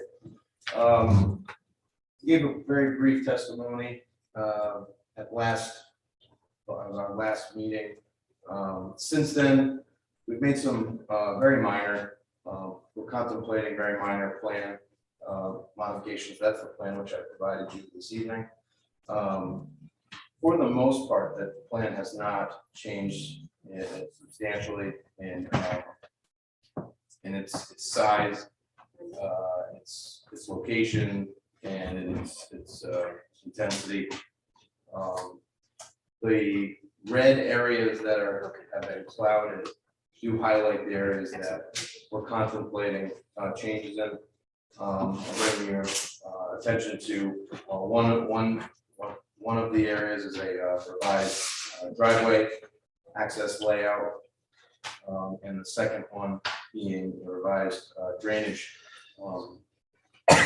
modification, respecting the 100-foot, I believe, or excuse me, the 50-foot setback to the property line, keeping all of the site amenities that support solar array outside of that. Once again, Denise Cameron is here from Woodbury Current, who is much more closely intimate with the design of this. But for the most part, generally speaking, the areas that have changed have to do with drainage. There's a conveyance swale along the southerly property boundary adjacent to I-95, which will be used to collect and convey stormwater. And if the previous proposal was to go to a stormwater basin, they're working, Woodward Current is working on refining the drainage to this potential scenario, and you'll identify it's an organic filter. These are just different means and methods of adequately capturing and treating stormwater on the site. And will be fully reviewed and vetted by Rhode Island Department of Environmental Management through a DEM wetlands and refuge permit. So those are just some things that were added. I know I gave a very brief testimony at the last meeting. I'd be happy to go over any of the, I'm sure there'll be some additional commentary, questions from the board and probably from the public. And if there's anything I missed that, or if this is what I can go through a very brief overview again of the site. It's the board's pleasure. Ms. Cameron is here if there's any detailed questions regarding the stormwater management on the site. Okay, thank you. Planning board members, do you have any questions for Mr. Shorenza? I see no response. What's a Okay. trash rack? A trash rack? Yeah. Just want to make sure I'm following you. Okay. Trash rack is if there's any type of debris or trash that enters into the basin for any reason, the rack will stop that from exiting the basin and into the well. So that gets cleaned on a periodic basis. So although you don't anticipate people throwing trash in there, it can get in there, but mostly it's for debris so it doesn't clog up the exit or travel downstream.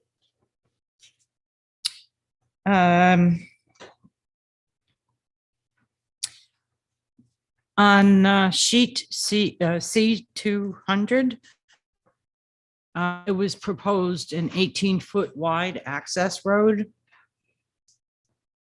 This isn't on your little plan over here. I went, it's on the, and I may have it.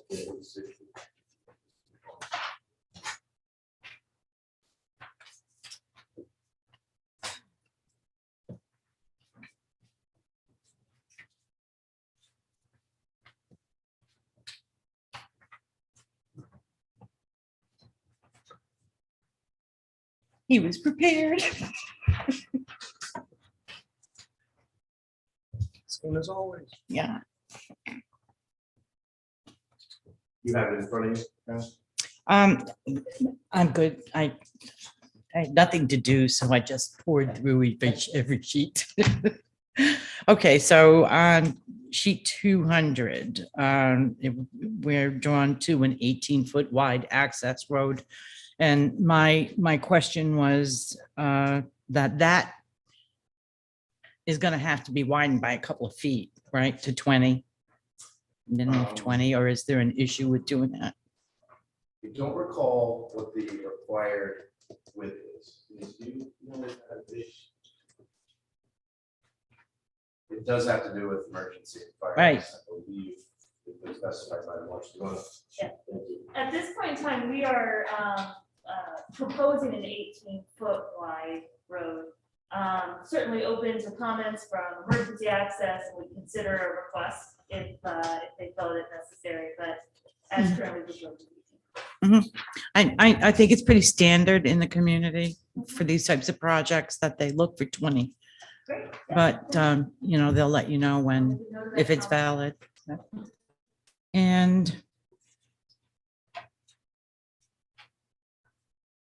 we had a condition from the council, lot 86 of plat 10, remove panels to increase the distance to the resident and add an 8-foot berm with 8-foot arborvitaes.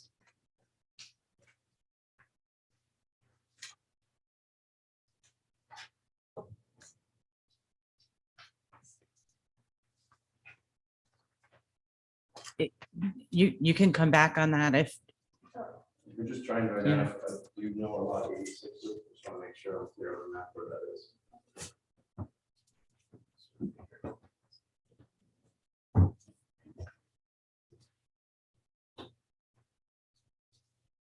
Do you know which one is Lot 86, Is that I think that's the property of Kevin now Ward. Formerly Kevin Ward. Kevin Ward property.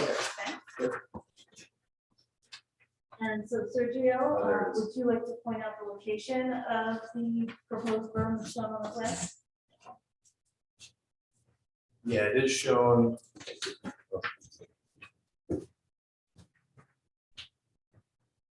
Yeah, there is a proposed berm just south of that lot.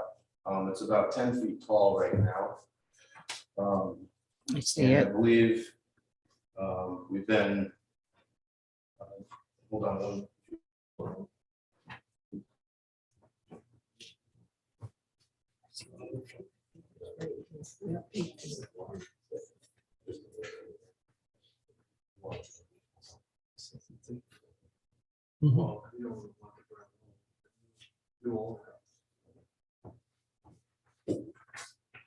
Yeah, I believe we've been in conversations with that owner, and I think they would rather, I believe they'd rather not see the berm. I don't want to speak for them. They may want to show up, but right now, as it stands, as submitted to you, that berm is approximately 10 feet tall with vegetation on it. And 8 Yeah. feet plan. 8 feet in planted, excuse me. Depending on where you measure it from the grade, but for all intents and purposes, 8 feet, yes.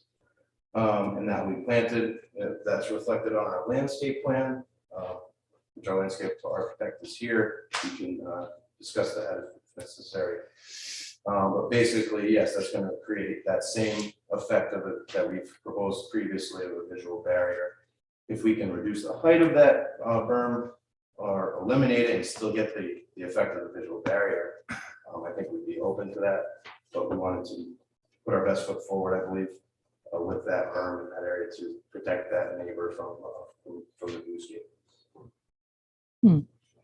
And I would say that that's something, if you were going to get rid of it, it would be hard to, because it was a town council requirement. And only because we just went through this with the other project. I just wanted to make sure that that's the direction we were heading in. And, you know, I guess a couple of times throughout the packet information, several times, actually, it wasn't a couple, that's why it jumped out at me. And beginning in section 2.8, so a letter to the Rhode Island Historical Preservation and Heritage Commission, review of known areas of historical significance on the project. So it was mentioned several times here that that was gonna be undertaken, and I was just, you know, is that something that comes at a later date, or is it in process? It's in process right now. Actually, the Narragansett Indians. Wow. Fascinating. And again, in several points throughout my reading, the interconnection agreement was to be finalized in Q1 2021 for this project. So with the delays that you guys have seen, where is that at right now? We'll have to ask for an extension. Okay. At that time. Okay. Those are the only comments I had after. Thank you, Carolyn. Fun reading, and then I moved on to my martini. Emily, you again? I have a question. On this plan handout that you just sent, I see one label for 100-foot structure setback from property boundary abutting residential zone, labeled here, sort of in the bottom right corner of the plans. I'm just wondering if that 100-foot structure setback from the property boundary abutting the residential zone is held throughout here. I see several other labels that mention a 25-foot setback. And, you know, it's kind of small, so I can't really tell if the distance is the same, but I just want to ask if that's true for the entire boundary.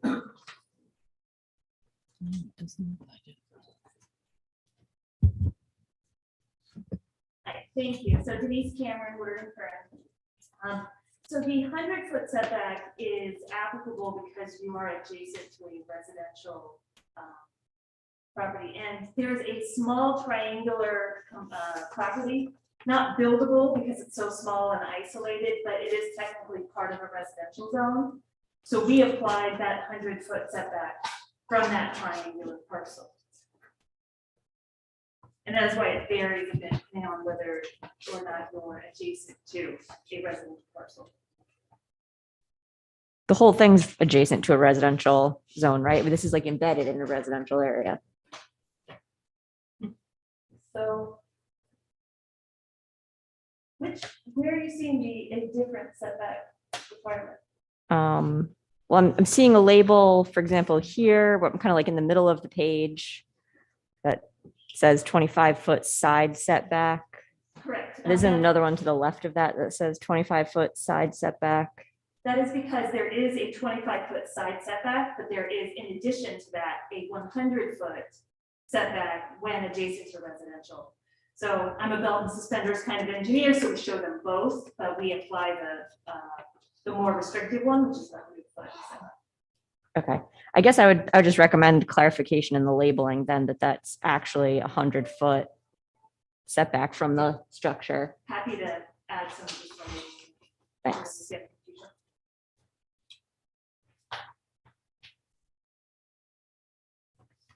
Okay. Is that all from the planning board for this expert witness? Okay, I see no hands, no eye movement. No signs of life. No signs of life at all. Okay, Mr. Sharonza, do you have anything else? I don't believe so, no, unless there's any further questions. Okay, thank you. Attorney Craven. We do have other witnesses here, so I'll proceed with them. Sure, that'd be great. Thank Landscape architecture.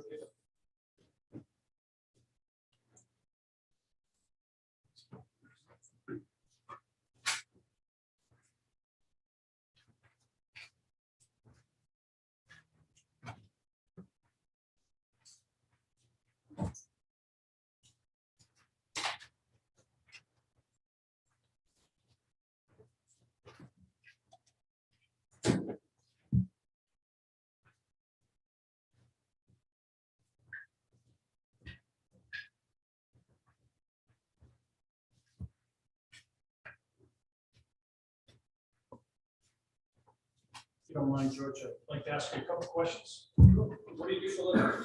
I'm a licensed landscape architect. and Excuse me. environmental planner. Could your witness identify himself for the record, please? Sure. My name is George Gifford, Gifford. I'm a licensed landscape architect. My place of work is at the Gifford Design Group located at 4096 Mendon Road in Cumberland, Rhode Island. Thank you. How long have you been in that business? Well, I have a degree from Rutgers in 1982, and I started my own business, the Gifford Design Group, in 1993. What is your degree in? Environmental planning. Do you have any other graduate degrees? I do not. And have you been licensed by the state of Rhode Island? I have been. I've been licensed since 1984. And your license is in what capacity? Landscape architecture. And have you ever qualified before a board or commission in the state of Rhode Island to testify as an expert witness in this field? Yes, I have. And how about in any courts of law in the state of Rhode Island? Yes, I have. You've been qualified as an expert in this field? Yes, I have. With the board's permission, I'd like you to consider his testimony of that as an expert in the field of landscape architecture. And I'll present his testimony. Yes, proceed. Thank you. So as the landscape architect on this project, my job is really very practical. Mr. Shrenzia spoke about the landscape berm earlier. So that was one element that we had to focus on. We also focused on preparing some plantings for a required stormwater basin that needs some native plantings as stipulated by the Rhode Island Department of Environmental Management, which is one of the elements of that stormwater basin. And thirdly, my job involved specifying some seed mixes to ensure that upon full germination of these mixes, that the entire site would eventually become, the soils would eventually become stabilized. So we generated first a plan, the first sheet being what we refer to as the key plan, sheet L1, which you have reductions of. And basically this plan orients the site. We placed it on the sheet similar to the way Woodard and Curran had placed it, with Main Street at the top of the sheet and Route 95 at the bottom of the sheet. And then it identifies the two areas that I just spoke of. The berm area that Mr. Schrenzi was talking about, adjacent to the lot indicated as owned by Mr. Ward. And also this other area, the stormwater structure that requires specific types of plantings as stipulated by DEM. So regarding the berm, this is, as noted, an 8-foot high earthen berm. And what we have done is to specify actually a mixture of evergreens on the top of this berm, which includes arborvitae's as required by the zoning ordinance.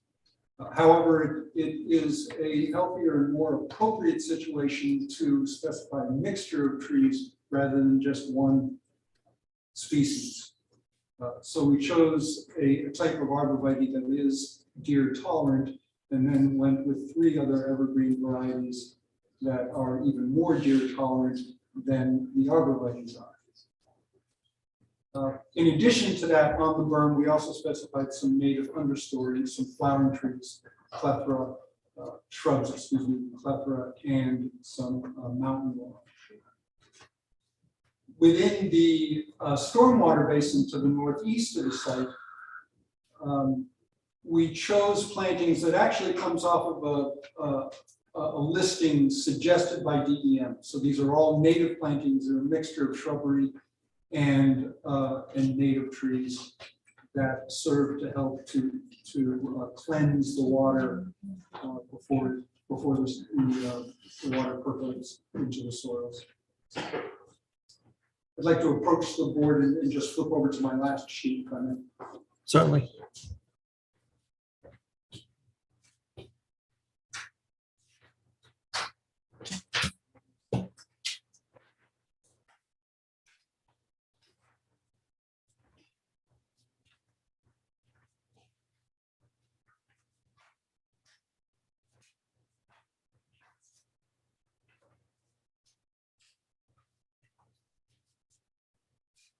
So the third sheet, L3, defines the seed mixes. This is the primary reason for the preparation of this plan. We've proposed 3 different seed mixes. The vast majority of the site is going to be stabilized with what we call a meadow mix. And this is simply a very hardy, drought tolerant mix that will be distributed throughout the solar array as a whole. And then within a stormwater basin adjacent to Route 95, this area is going to be temporarily inundated during storm events. So we wanted to make sure we had a herbaceous mix in there that can tolerate wetter soils than what we're going to find throughout the site as a whole. And then the third mix that we proposed goes on the berm. You'll note in the ordinance, the council approval, that there's a requirement to include a pollinator habitat. And what we have decided is that the most logical portion of the site to introduce a pollinator habitat is on the berm. And we also did this with Skunk Hill, incidentally. So the seed mixture that we're proposing on the berm has a vast variety of herbaceous plants in it that provide some nectaring opportunities and also foraging opportunities, because of course pollinators don't just jump from flower to flower, but they also feed and reproduce in foliage within the habitat itself. So it seemed appropriate to identify the berm as the pollinator habitat area, because this is an area we could isolate that would be cut on a very limited basis. In fact, we specify in the plan that it will only be cut once per year, and that the vegetation, when it gets cut, remains in place and just lies down and stays on the berm where it can reseed for subsequent seasons. So that completes my explanation of the landscape plan. I'm available for any questions. Okay, thank you. Planning board members, do we have any questions for this witness? I see no hands up, no response. Okay, thank you. People in the audience, citizens of Hopkinton, can we ask you if there is anyone who has questions, comments? I see no hands. Got a question. Oh, okay. Come on up.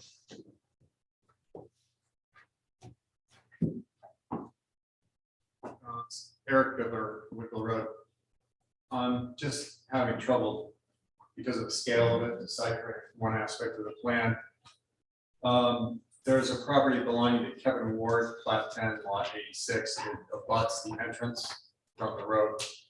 And that's where the driveway comes in. And at one point in time, the poles were on the plan on the side of the road closest to Mr. Ward. And I believe they might have been moved to the other side of the road. But the thing I want to just verify is, are the poles, are all the structures in this plan at least 100 feet from the residential boundary of Mr. Ward's house, including the poles and any other structures? Because that's our ordinance, 100-foot setback between commercial structures and the residential boundary. So I would just like to verify, because I can't really read the plan very well.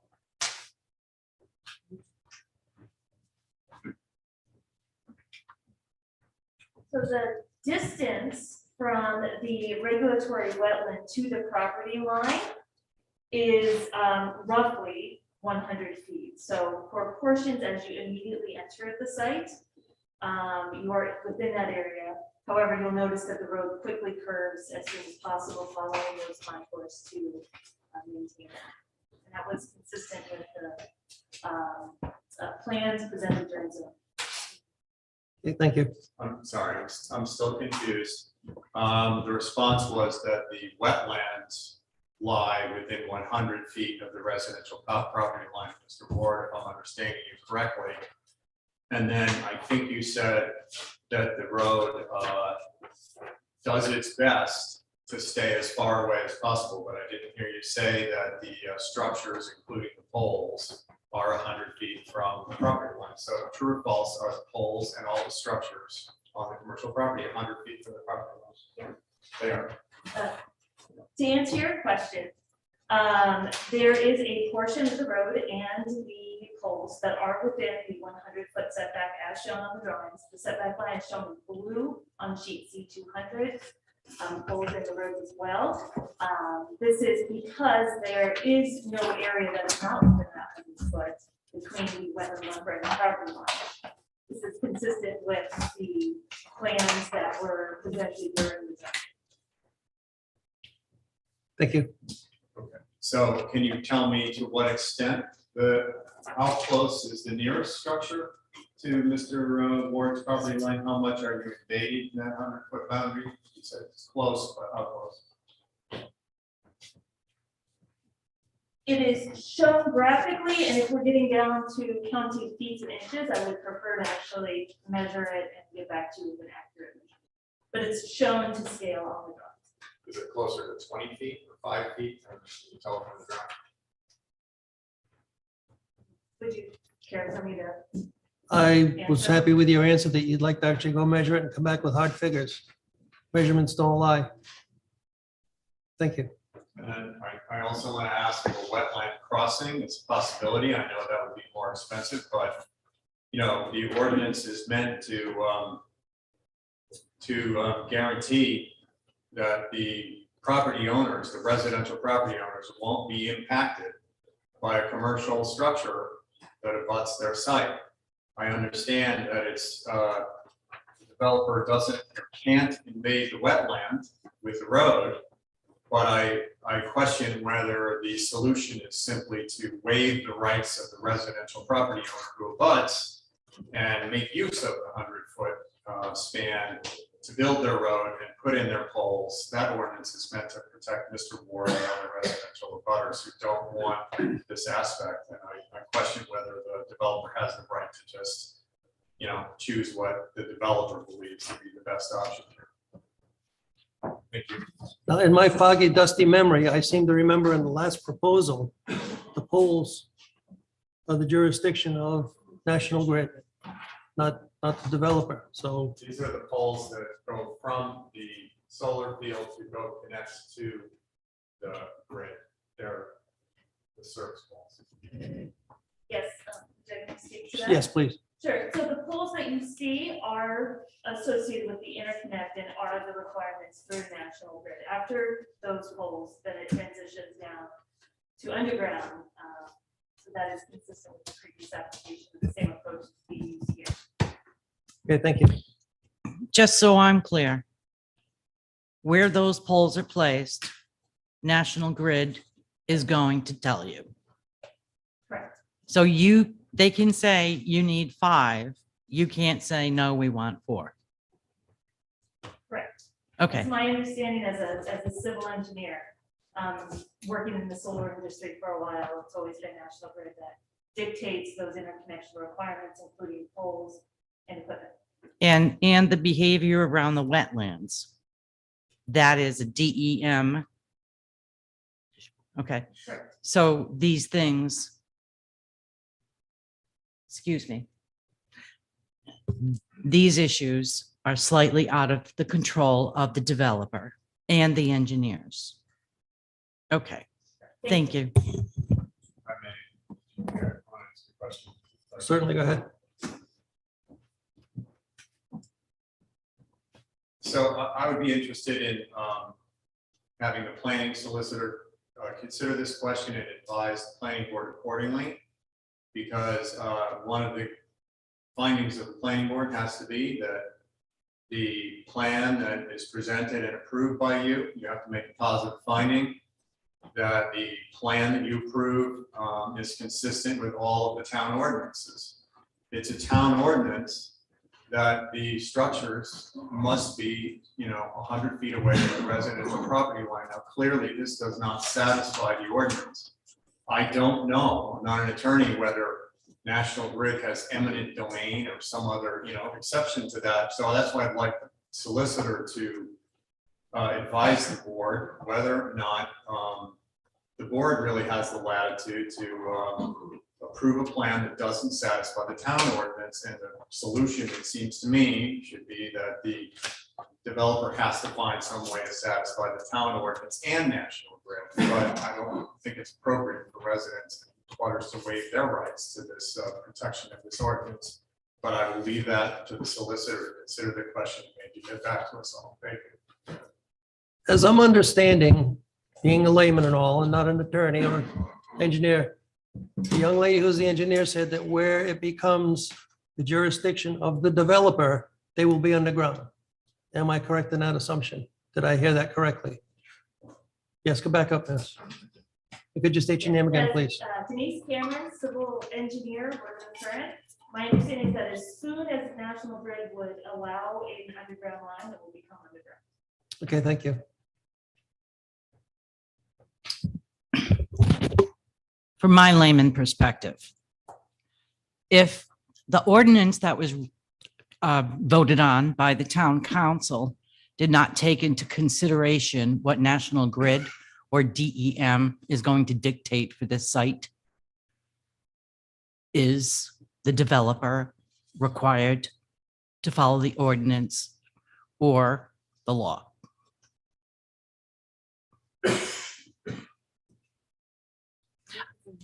Okay, so the way I'm reading it is the town council, these presentations, the discussions, all of this interaction to finally get the approval from the town council didn't take into consideration what National Grid is going to dictate or what DEM is going to dictate as far as where the wetlands are and where the poles are going to go. So they don't have, the town council didn't have the specific details to say, instead of 100 feet, it has to be 95. You know what I mean? Sure. So I believe Mr. Bibler's question is directed to the section of the zoning ordinance that talks about the distances of structures from property lines. The question is whether or not utility poles qualify as structures under that section of the ordinance. And that's something that we can inquire of our zoning official to have him opine as to whether or not utility structures, utility poles qualify as structures for the purposes of that particular setback. So we will do that. Thank you. Can I just tack onto that while we're at it? Sure. Go ahead, John. Because fences are a structure that are required as part of these installations as well, does our zoning official believe that fences in the context of solar installations are structures? There was Okay. also a Thank you, previous John. opinion on roads, but zoning official, I think you should ask that question. We have a hand in the back.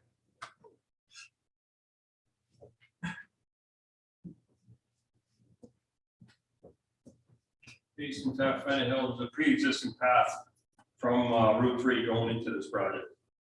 You guys will see that on the sidewalk. Thank you. Any other questions or comments? I see no hands. Attorney Craven, may we move on to your next witness, please?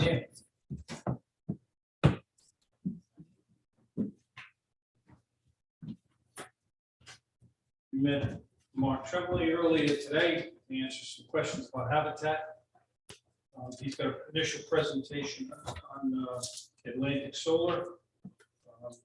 His function here is forester, and Mark Tremblay asked a few questions about what his degrees are and what his expertise is and whether he's qualified as an expert in the past. Okay, thank you. Could you identify yourself, please?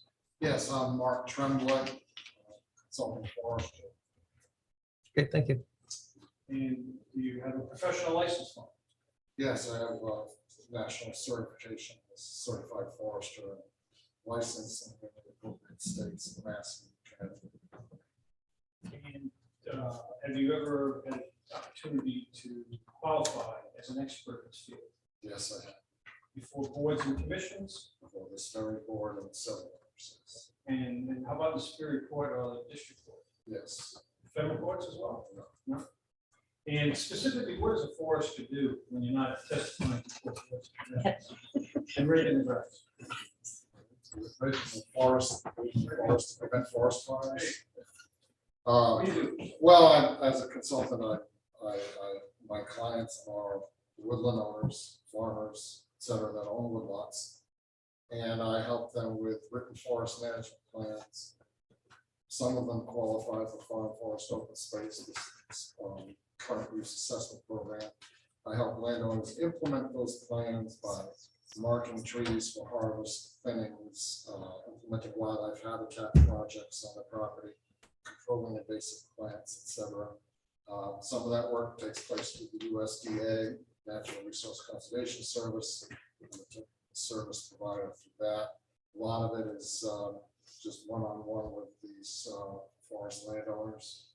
And I'm also a licensed arborist, so I do some sort of tree damage appraisal projects and consulting on that. And you've been asked by this company, Energy Development Partners, in reference to this project, Atlantic Solar, to opine on both the removal of any trees and the habitat that associates itself with this land. Yes, I prepared a forest assessment for the property. Could you go over with the board? I could review that. You should have that in your packets. It was actually prepared like 3 years ago. So you got to dig way back. Basically, it's just a review of the forested conditions of the parcel to identify any areas of forest, any particular unique habitat types that might be on the property. As you're aware, most any of the clearing for the actual project it takes place in upland areas only. It does not affect directly affect the wetlands. And I look at the property as a whole. Like I said earlier, I take a landscape view of the property, where it fits in the landscape, what's surrounding it, what's abutting it, and then I zoom in on the property itself. I go out in the woods and just do an assessment, an inventory of the trees that are out there, statistical inventory. I don't count every tree. Sample plots throughout the woodlot, and we have formulas that allow us to determine just how many trees per acre there are, their average diameters. I make note of any large trees that might be on site, any unique species, etc. And the areas that are subject to clearing here, it's mostly a rocky upland site. A lot of upland oaks, scarlet oaks, some northern red, and a few chestnut oaks on one southwest on the knoll. It's in the eastern part of the northern part of the project area. And I made note of all those kind of values here on the report, along with a couple of maps that show the project area and the topography, the soils, and I break the property up at the woodlands into a couple of different cover types, unique areas or stands that have similar characteristics. Any questions? That's pretty straightforward. I think you've pretty much covered everything. Planning board members, any questions for Mr. Tremblay? I see no response. Does anyone in the audience have any questions for Mr. Tremblay? I see no hands. Okay, thank you, sir. Thank you. You're welcome.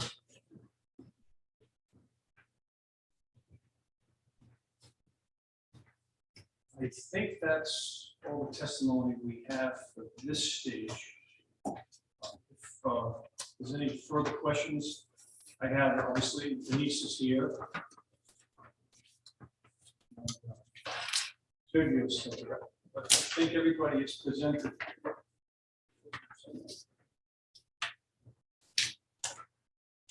Okay. Now, my question is for Jim, our town planner. Or it could be for Attorney Hogan. Are we at the stage to call for a vote on this master plan approval, or do we continue? No, we're not. Okay. Nowhere near. Mr. Chairman, I would suggest that what the planning board do with this case, similar to what they did with the last one, is order a peer review on the drainage and all aspects of this from Cross Engineering.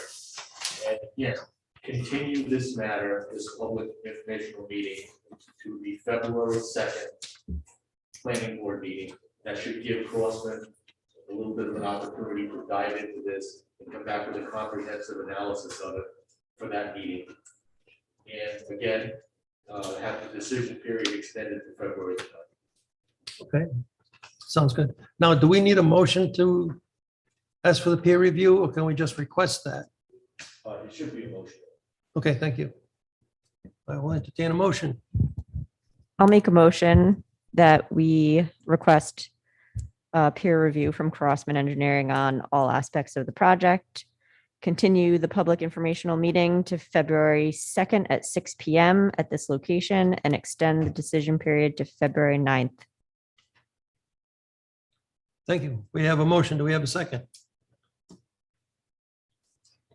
This is John, I will second. We have a motion and a second. Light, yes. Wales, yes. Brumwitz, yes. Shamshina, yes. Penny Packard, yes. Okay, the motion carries. We should also. Oh, okay. Those, just gonna ask Talia about those. The sidewalks. Attorney Hogan just informed me that the 13th is a possibility for these sidewalks. I was waiting to hear from. Microphone. You tell me, Maggie, you're right, 'cause I would do this to anybody else. Because what, if you come up here, what you say is important. So I was talking with Jason earlier this evening about setting up a marathon, basically, of sidewalks on the 13th, starting from around 9:30 in the morning until sometime in the early afternoon, where everyone would go 2 by 2, including liaisons. Excluding liaisons, they don't count as voting members of the board, so if all of you are amenable to that date and those times. Yes, none of them. Okay. Right, that's it. 2 by 2, hands of blue. We may have to find another date for you, Emily, but does that work for the rest of the members? I'm good, John. Yes. Attorney Hogan, you- Yes. Yep. And I'll have to wait to ask. Keith, Carolyn, but you're maybe good? I'll be able to, keep on the same day, so. There were only 2 days where they have to do it. Okay, You know, with us, we've got an anxious contestant over here. okay, this concludes our informational meeting until February 2nd. Thank you, everyone. If we could have our chair back. Give his chair back to him.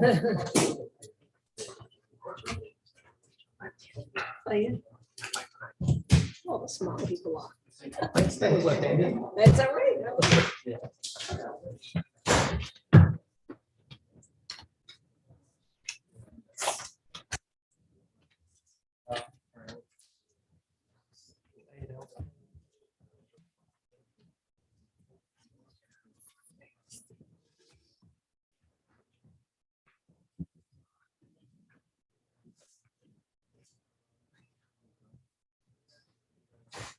Thank you for handling that. You're welcome.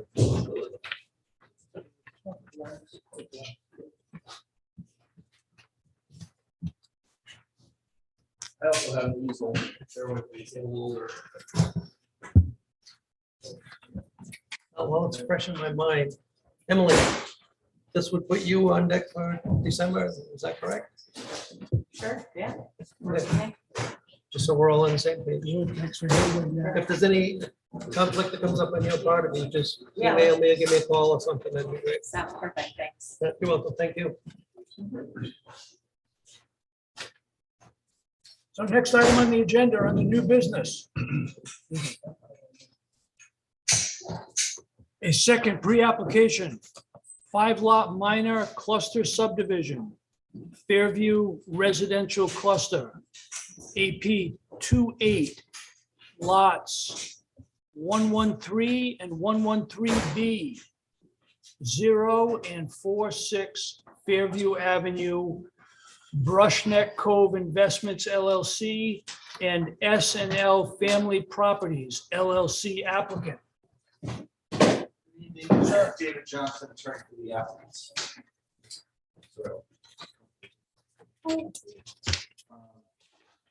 This is an applicant for residential cluster under section 9.2 subdivision regulations. So we have 494,400 some odd square feet total area. Density yield after LED 5.41 lots. As you can see, we are requesting 5 lots, which encompasses the existing property at Fairview Avenue, as well as 4 additional lots to the rear. There are several revisions made to this plan since our first pre-application meeting. Most notably to the road and its proximity to lot 114, which is roughly southeast of this property. I said 114, I apologize. 113A, approximately lot 113A. We were able to move the road and shorten it to give a full 100-foot buffer to lot 113A. We still do require a reduction in that buffer to lot 114. Lot 114 abuts the property directly. Currently, the driveway abuts lot is runs along parallel and directly upon 114's property line. 114 actually has a small encroachment of their garage onto our lot. Our proposal is to move the driveway, 50-foot right of way for that driveway, 40 feet away from lot 114. Then this is so it's a 50-foot ROW, the 20-foot private driveway. That private driveway will be additional, we offset left in ROW to give more of a setback. So we'll be from the edge of pavement on that private driveway to lot 114 will be a full 60 feet. There will be a small swale here, retention basin for stormwater runoff for that small area of that road that comes into where the topography works. We can't pitch it forward to our main retention swale. So there'll be the private driveway with a small swale and then a natural buffer. We believe be 50 to 40 feet natural between lots 114 and our new driveway. Excuse me, driveway. Apart from that, the other change we made pursuant to this plan is lot E. Here, we removed the property lines back or reduced that overall area slightly, moving the property line completely from the wetlands. It's close to it, but it was removed from the wetlands pursuant to comments made by some members of this board. Apart from those two changes, other points I'd like to make out, or items I'd like to point out, is we have there's a 100-foot buffer here on the existing property, 46 Fairview Avenue, as it becomes part of that compound.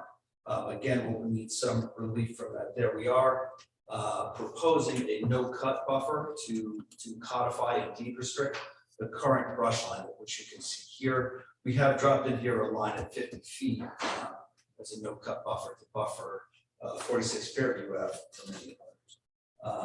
Apart from that, some of our changes, we did yield additional open space. We're slightly over 50% total open space. This plan, I did send this plan to the land trust. I haven't seen any comments from the land trust as yet, but it does abut property to the north on this parcel here, which was adopted by the land or taken by the land trust. So there's some preliminary interest, at least, in working with the land trust on combining those open space areas. Apart from that, I've spoken with the owners at lot 114 at some length regarding this, moving that driveway over and the proximity to them, the driveway, as well as the first parcel here, which is proposed lot B. And they are, they've indicated they're comfortable with the proposal.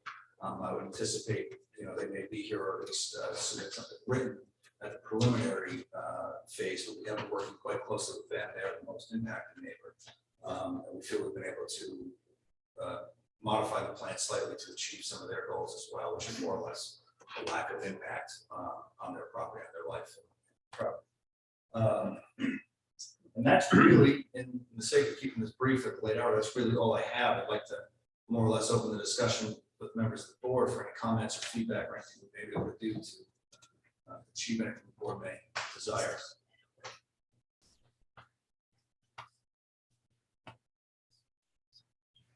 No, we can't be here till 10, so no rushing required. I promise. That's it. I'm eating my chocolate. Yes, I have a couple comments. So, first of all, I appreciate your attending to some of the previous comments that our board has made. Appreciate that. First of all, and just procedurally, is reference to sheets 3, 4, and 5. For some reason, I didn't get those. Were they part of a package? They seem to speak to the drainage issues or drainage, proposed drainage structures, but they didn't I cover have up. 3-sheet sets, 1 of 3, 2 of 3. Those should have been the reduced size, the full size, but just printouts on reduced. I don't know. Notes, note 14, which by the way, Okay. note 14 has to be amended, but let's dig into it. Yeah, All proposed site features and gradings are subject to town and engineering design. So the town doesn't do any design. Revisions, approval, see detail sheets 3, 4, and 5 for a more detailed description / instructions of what is being proposed hereon. that is that's a type. So Mr. Sardelli unfortunately isn't able to be here this evening.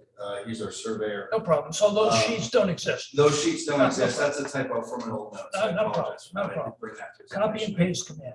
So my concern, my primary concern has to do with this proposed detention basin at Fairview Avenue. So that is not something that I'm impressed with. I know of many projects in town where we have a road entrance adjacent to a pond. That is not attractive. So I might respectfully request that that go away. Now, that said, I fully appreciate that you must have some drainage structure in that area. So I would like to respectfully request that in subsequent designs, your engineer consider some type of subsurface drainage facility. Sure. So we can lose that whole mosquito pit right at the entrance to, right at a town road. Sure, understood. And we did, it reminds me, we did some soil samples that were reviewed by biologist, American Engineering, to review those soil samples in conjunction with the area of the road, proposed road, as well as the area of the projected. We've done some site work, we haven't brought it in, it's very preliminary, rudimentary regarding the new parcels as far as what the topography, site plans are going to look like, driveways, things of that nature, which were reviewed by American Engineering, which gave us these rough areas to work with. They're ovals right now, but that's the extent that they'll be. They'll be within that area where to a high degree, a high degree of confidence based upon Mr. Cotta's review that they'll be within that. They're not going to be expanded those sites. So we have started that. I'll definitely look at subsurface. I know we can't pitch the road. The gravity is going to do what it's going to do, but we can certainly look at subsurface. So you have my concern. And then my only other comment was, and apologize, I don't have the full scale plan in front of me, but is there in fact an encroachment of the building on 114 onto the subject site? There's a 36-foot encroachment for the garage. As soon as we purchased the property, simultaneously with us purchasing the property, so we did grant them an easement over that portion of it. They were having a title issue with purchasing their property because of that encroachment. So we did grant an easement over that. It's a 36 square foot encroachment. It was included in our LUD for the full total yield. The full-size plan is very small, and it's an area that's very cluttered. I can have a separate sheet made. When we did the easement, we had that area obviously blown up to see what we were working with. So I can get more clarification regarding that. My only concern would have been to make that problem go away as a result of this project. So it sounds like you already started the wheels turning. An easement is certainly a step in the right direction. A conveyance would have been much cooler, but I don't know if you're prepared to do that. At this point, that lot, which is still separately owned, has 31.6 feet of frontage. So we wouldn't be able to obviously. No. I meant a conveyance around the garage. It's 31 point, it's very narrow. I think part of this process would be if we have adequate space and adequate frontage. Yeah, I think you only purchased that about 1.5 feet. Yeah, it looks really small. Along so we could move that over that 18 inches roughly. We did discuss doing that once we came through this process, and that was something obviously would be an administrative subdivision you have to sign. I don't know if we could do it Let's, simultaneous, but that's something I can certainly, I've got them pretty well, I can certainly approach it. let's leave it this way, that if we could resolve that as a component of your application, I just think we'd be doing the whole world a favor. Sure. If we can't, that's okay, but at least you have the concern. Sure. And then lastly, so we can't get the 100-foot buffer around the entire site. I realize that the planning board has some latitude there, but I'll raise the question as to whether you would need to request a waiver from the regulation for a relaxation of that element. My reading, and I would defer and confer with the solicitor on this before I answer that with any certainty. But my reading was that an approval, and I have to find the section specifically, is that the approval could reduce, the planning board could, in its approval, reduce versus it being a waiver or a variance. That was my understanding of the ordinance. I'll look for it now, the 100-foot buffer. I don't mean to put you on the spot. No, that's okay. Let's just raise it as a concern, because if you need to make a formal waiver request, well, that should be part of your application process earlier in the game. Sure. If you'd like to confer with the solicitor as to whether that has to happen or whether the planning board has that latitude, why don't I just leave that between the two of you? Sure, sure. And I'll email, if that's okay, I can send an email separately. Because before we bring a preliminary application, we should, have I think a meeting of the mind on that. It could change the nature of the subsequent application. So, Sure. does that seem okay, Maggie? Work with Yeah, that, work absolutely. Is that okay? If that Cool. works for you all. And I think that those were the only concerns I have. So planning board members, other thoughts, I'm good. questions? Good? Yes, go ahead. So I would just note that I'm working from the electronic documents that are on the town's website. And the plan that's on file there has many, many layers turned on. It's very confusing, very, very difficult to read. And I've read a lot of plans over the course of my life. So I would suggest that we get a cleaner plan, an electronic version that can go on the website. What we'll do is we'll add more sheets to call in those layers, to have a very simple boundary line sheet with the setbacks. But I agree, especially down here along Fairview Avenue where that 31.6 feet of frontage is, it's very hard to see what's going on. Can't I read had to get it printed out. So I will, there's a lot of dimensions, a lot of that has to go into the deeds that came out. When I did the title program myself. It took me about 3 days to pull. Because this parcel here is by and large the remnants of the original plat that went all the way down to the pond. So we took, I don't know, some 100 some odd acres and we're kind of carving out. So a lot of these dimensions have to do with many deeds conveying the same property, saying it rods and lengths versus feet and inches and things of that nature. Look So at you. I will talk. I know, 16 feet, I think is a rod. Right under the title. I could be wrong on that, 60. But I'll talk to Jamie on that. 16. Consider 16. Let me offer a counter to that concern.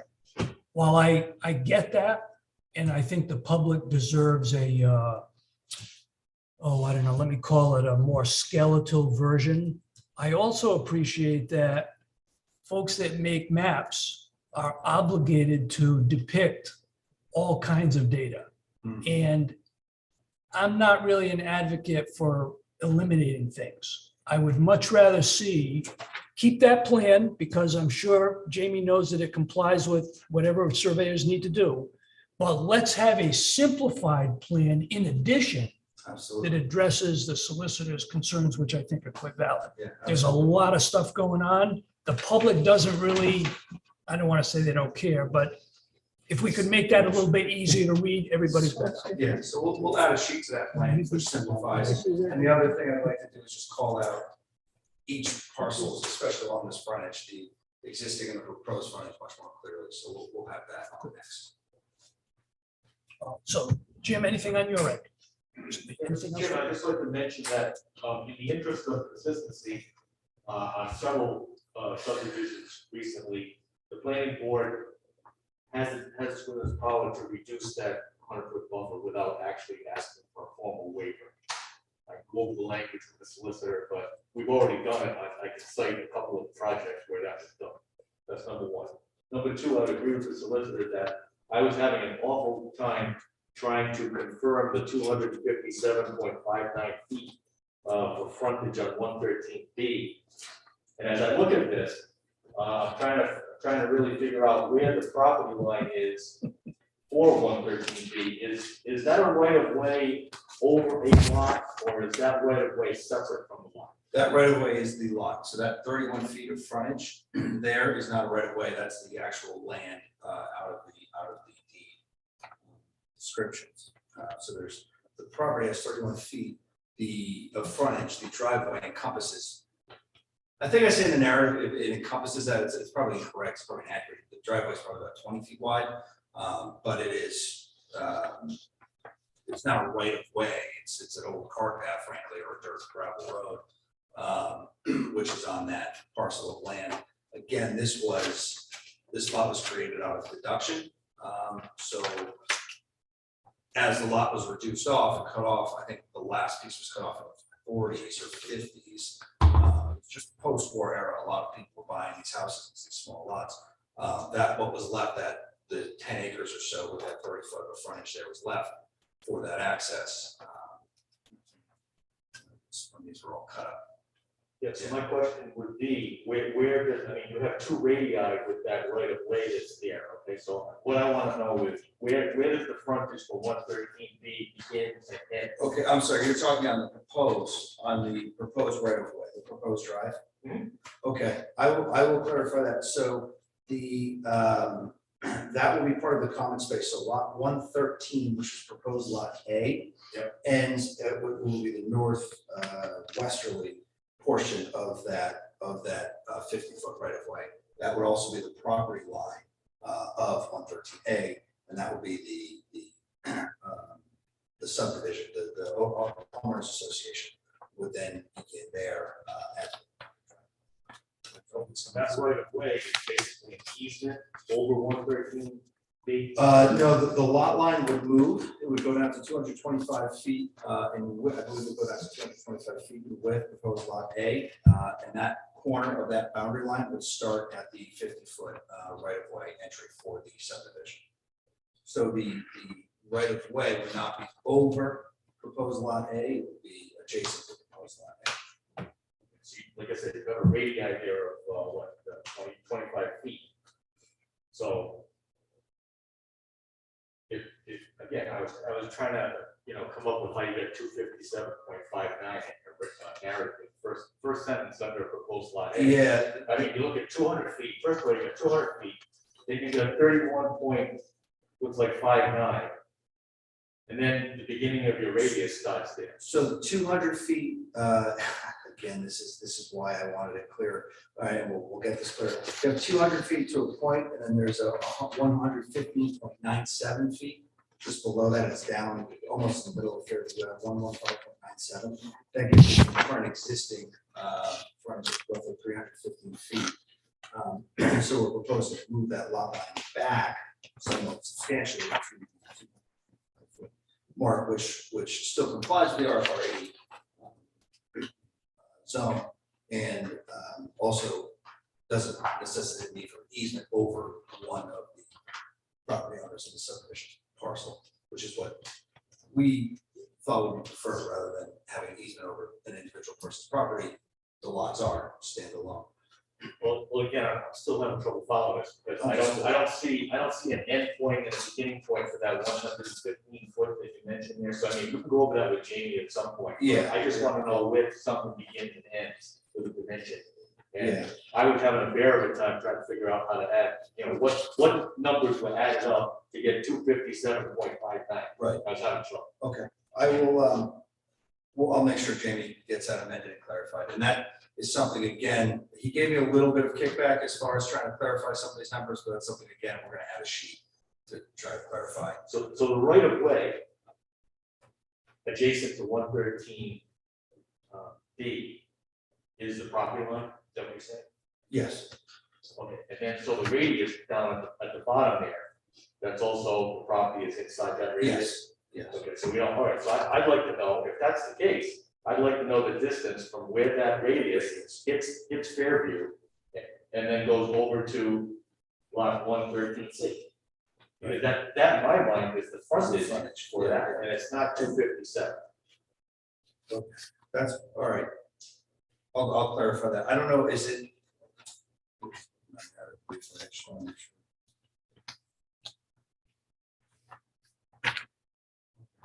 All right, so from the radius over, that's not 257. I'll have to double check that. Based on my understanding, I review with Jamie, that from that point to the end, it would have been 257, which is why it's in the narrative, but it's obviously something different. You know, we'll make that clear. So, but I'll certainly go through that. Okay, and then, let's see, finally, I would say we may not be at the point where the board can order peer review, but I know you had a drainage issue there. At the point when you come to a minor submission to the board, I would suggest that minor be sent out for peer review. Now, again, I think it would be to your advantage, myself, if you want to be a little preemptive, maybe to have your folks reach out to our engineer, who may very well get this at some point down the line. Let's come in with something that's engineered properly, so we don't waste a lot of time. And that is Crossman. Agreed. Yeah, that sounds reasonable to me. If they're gonna peer review it, then I'll do it. Earlier the better. Yeah, exactly. I like being here, but we can keep it earlier, I agree. Well, I have. Okay, good. Anyone in the audience wishing to be heard on this application this evening? Don't see anybody behind board. It looks like we're good. So this is a pre-application, second pre-application.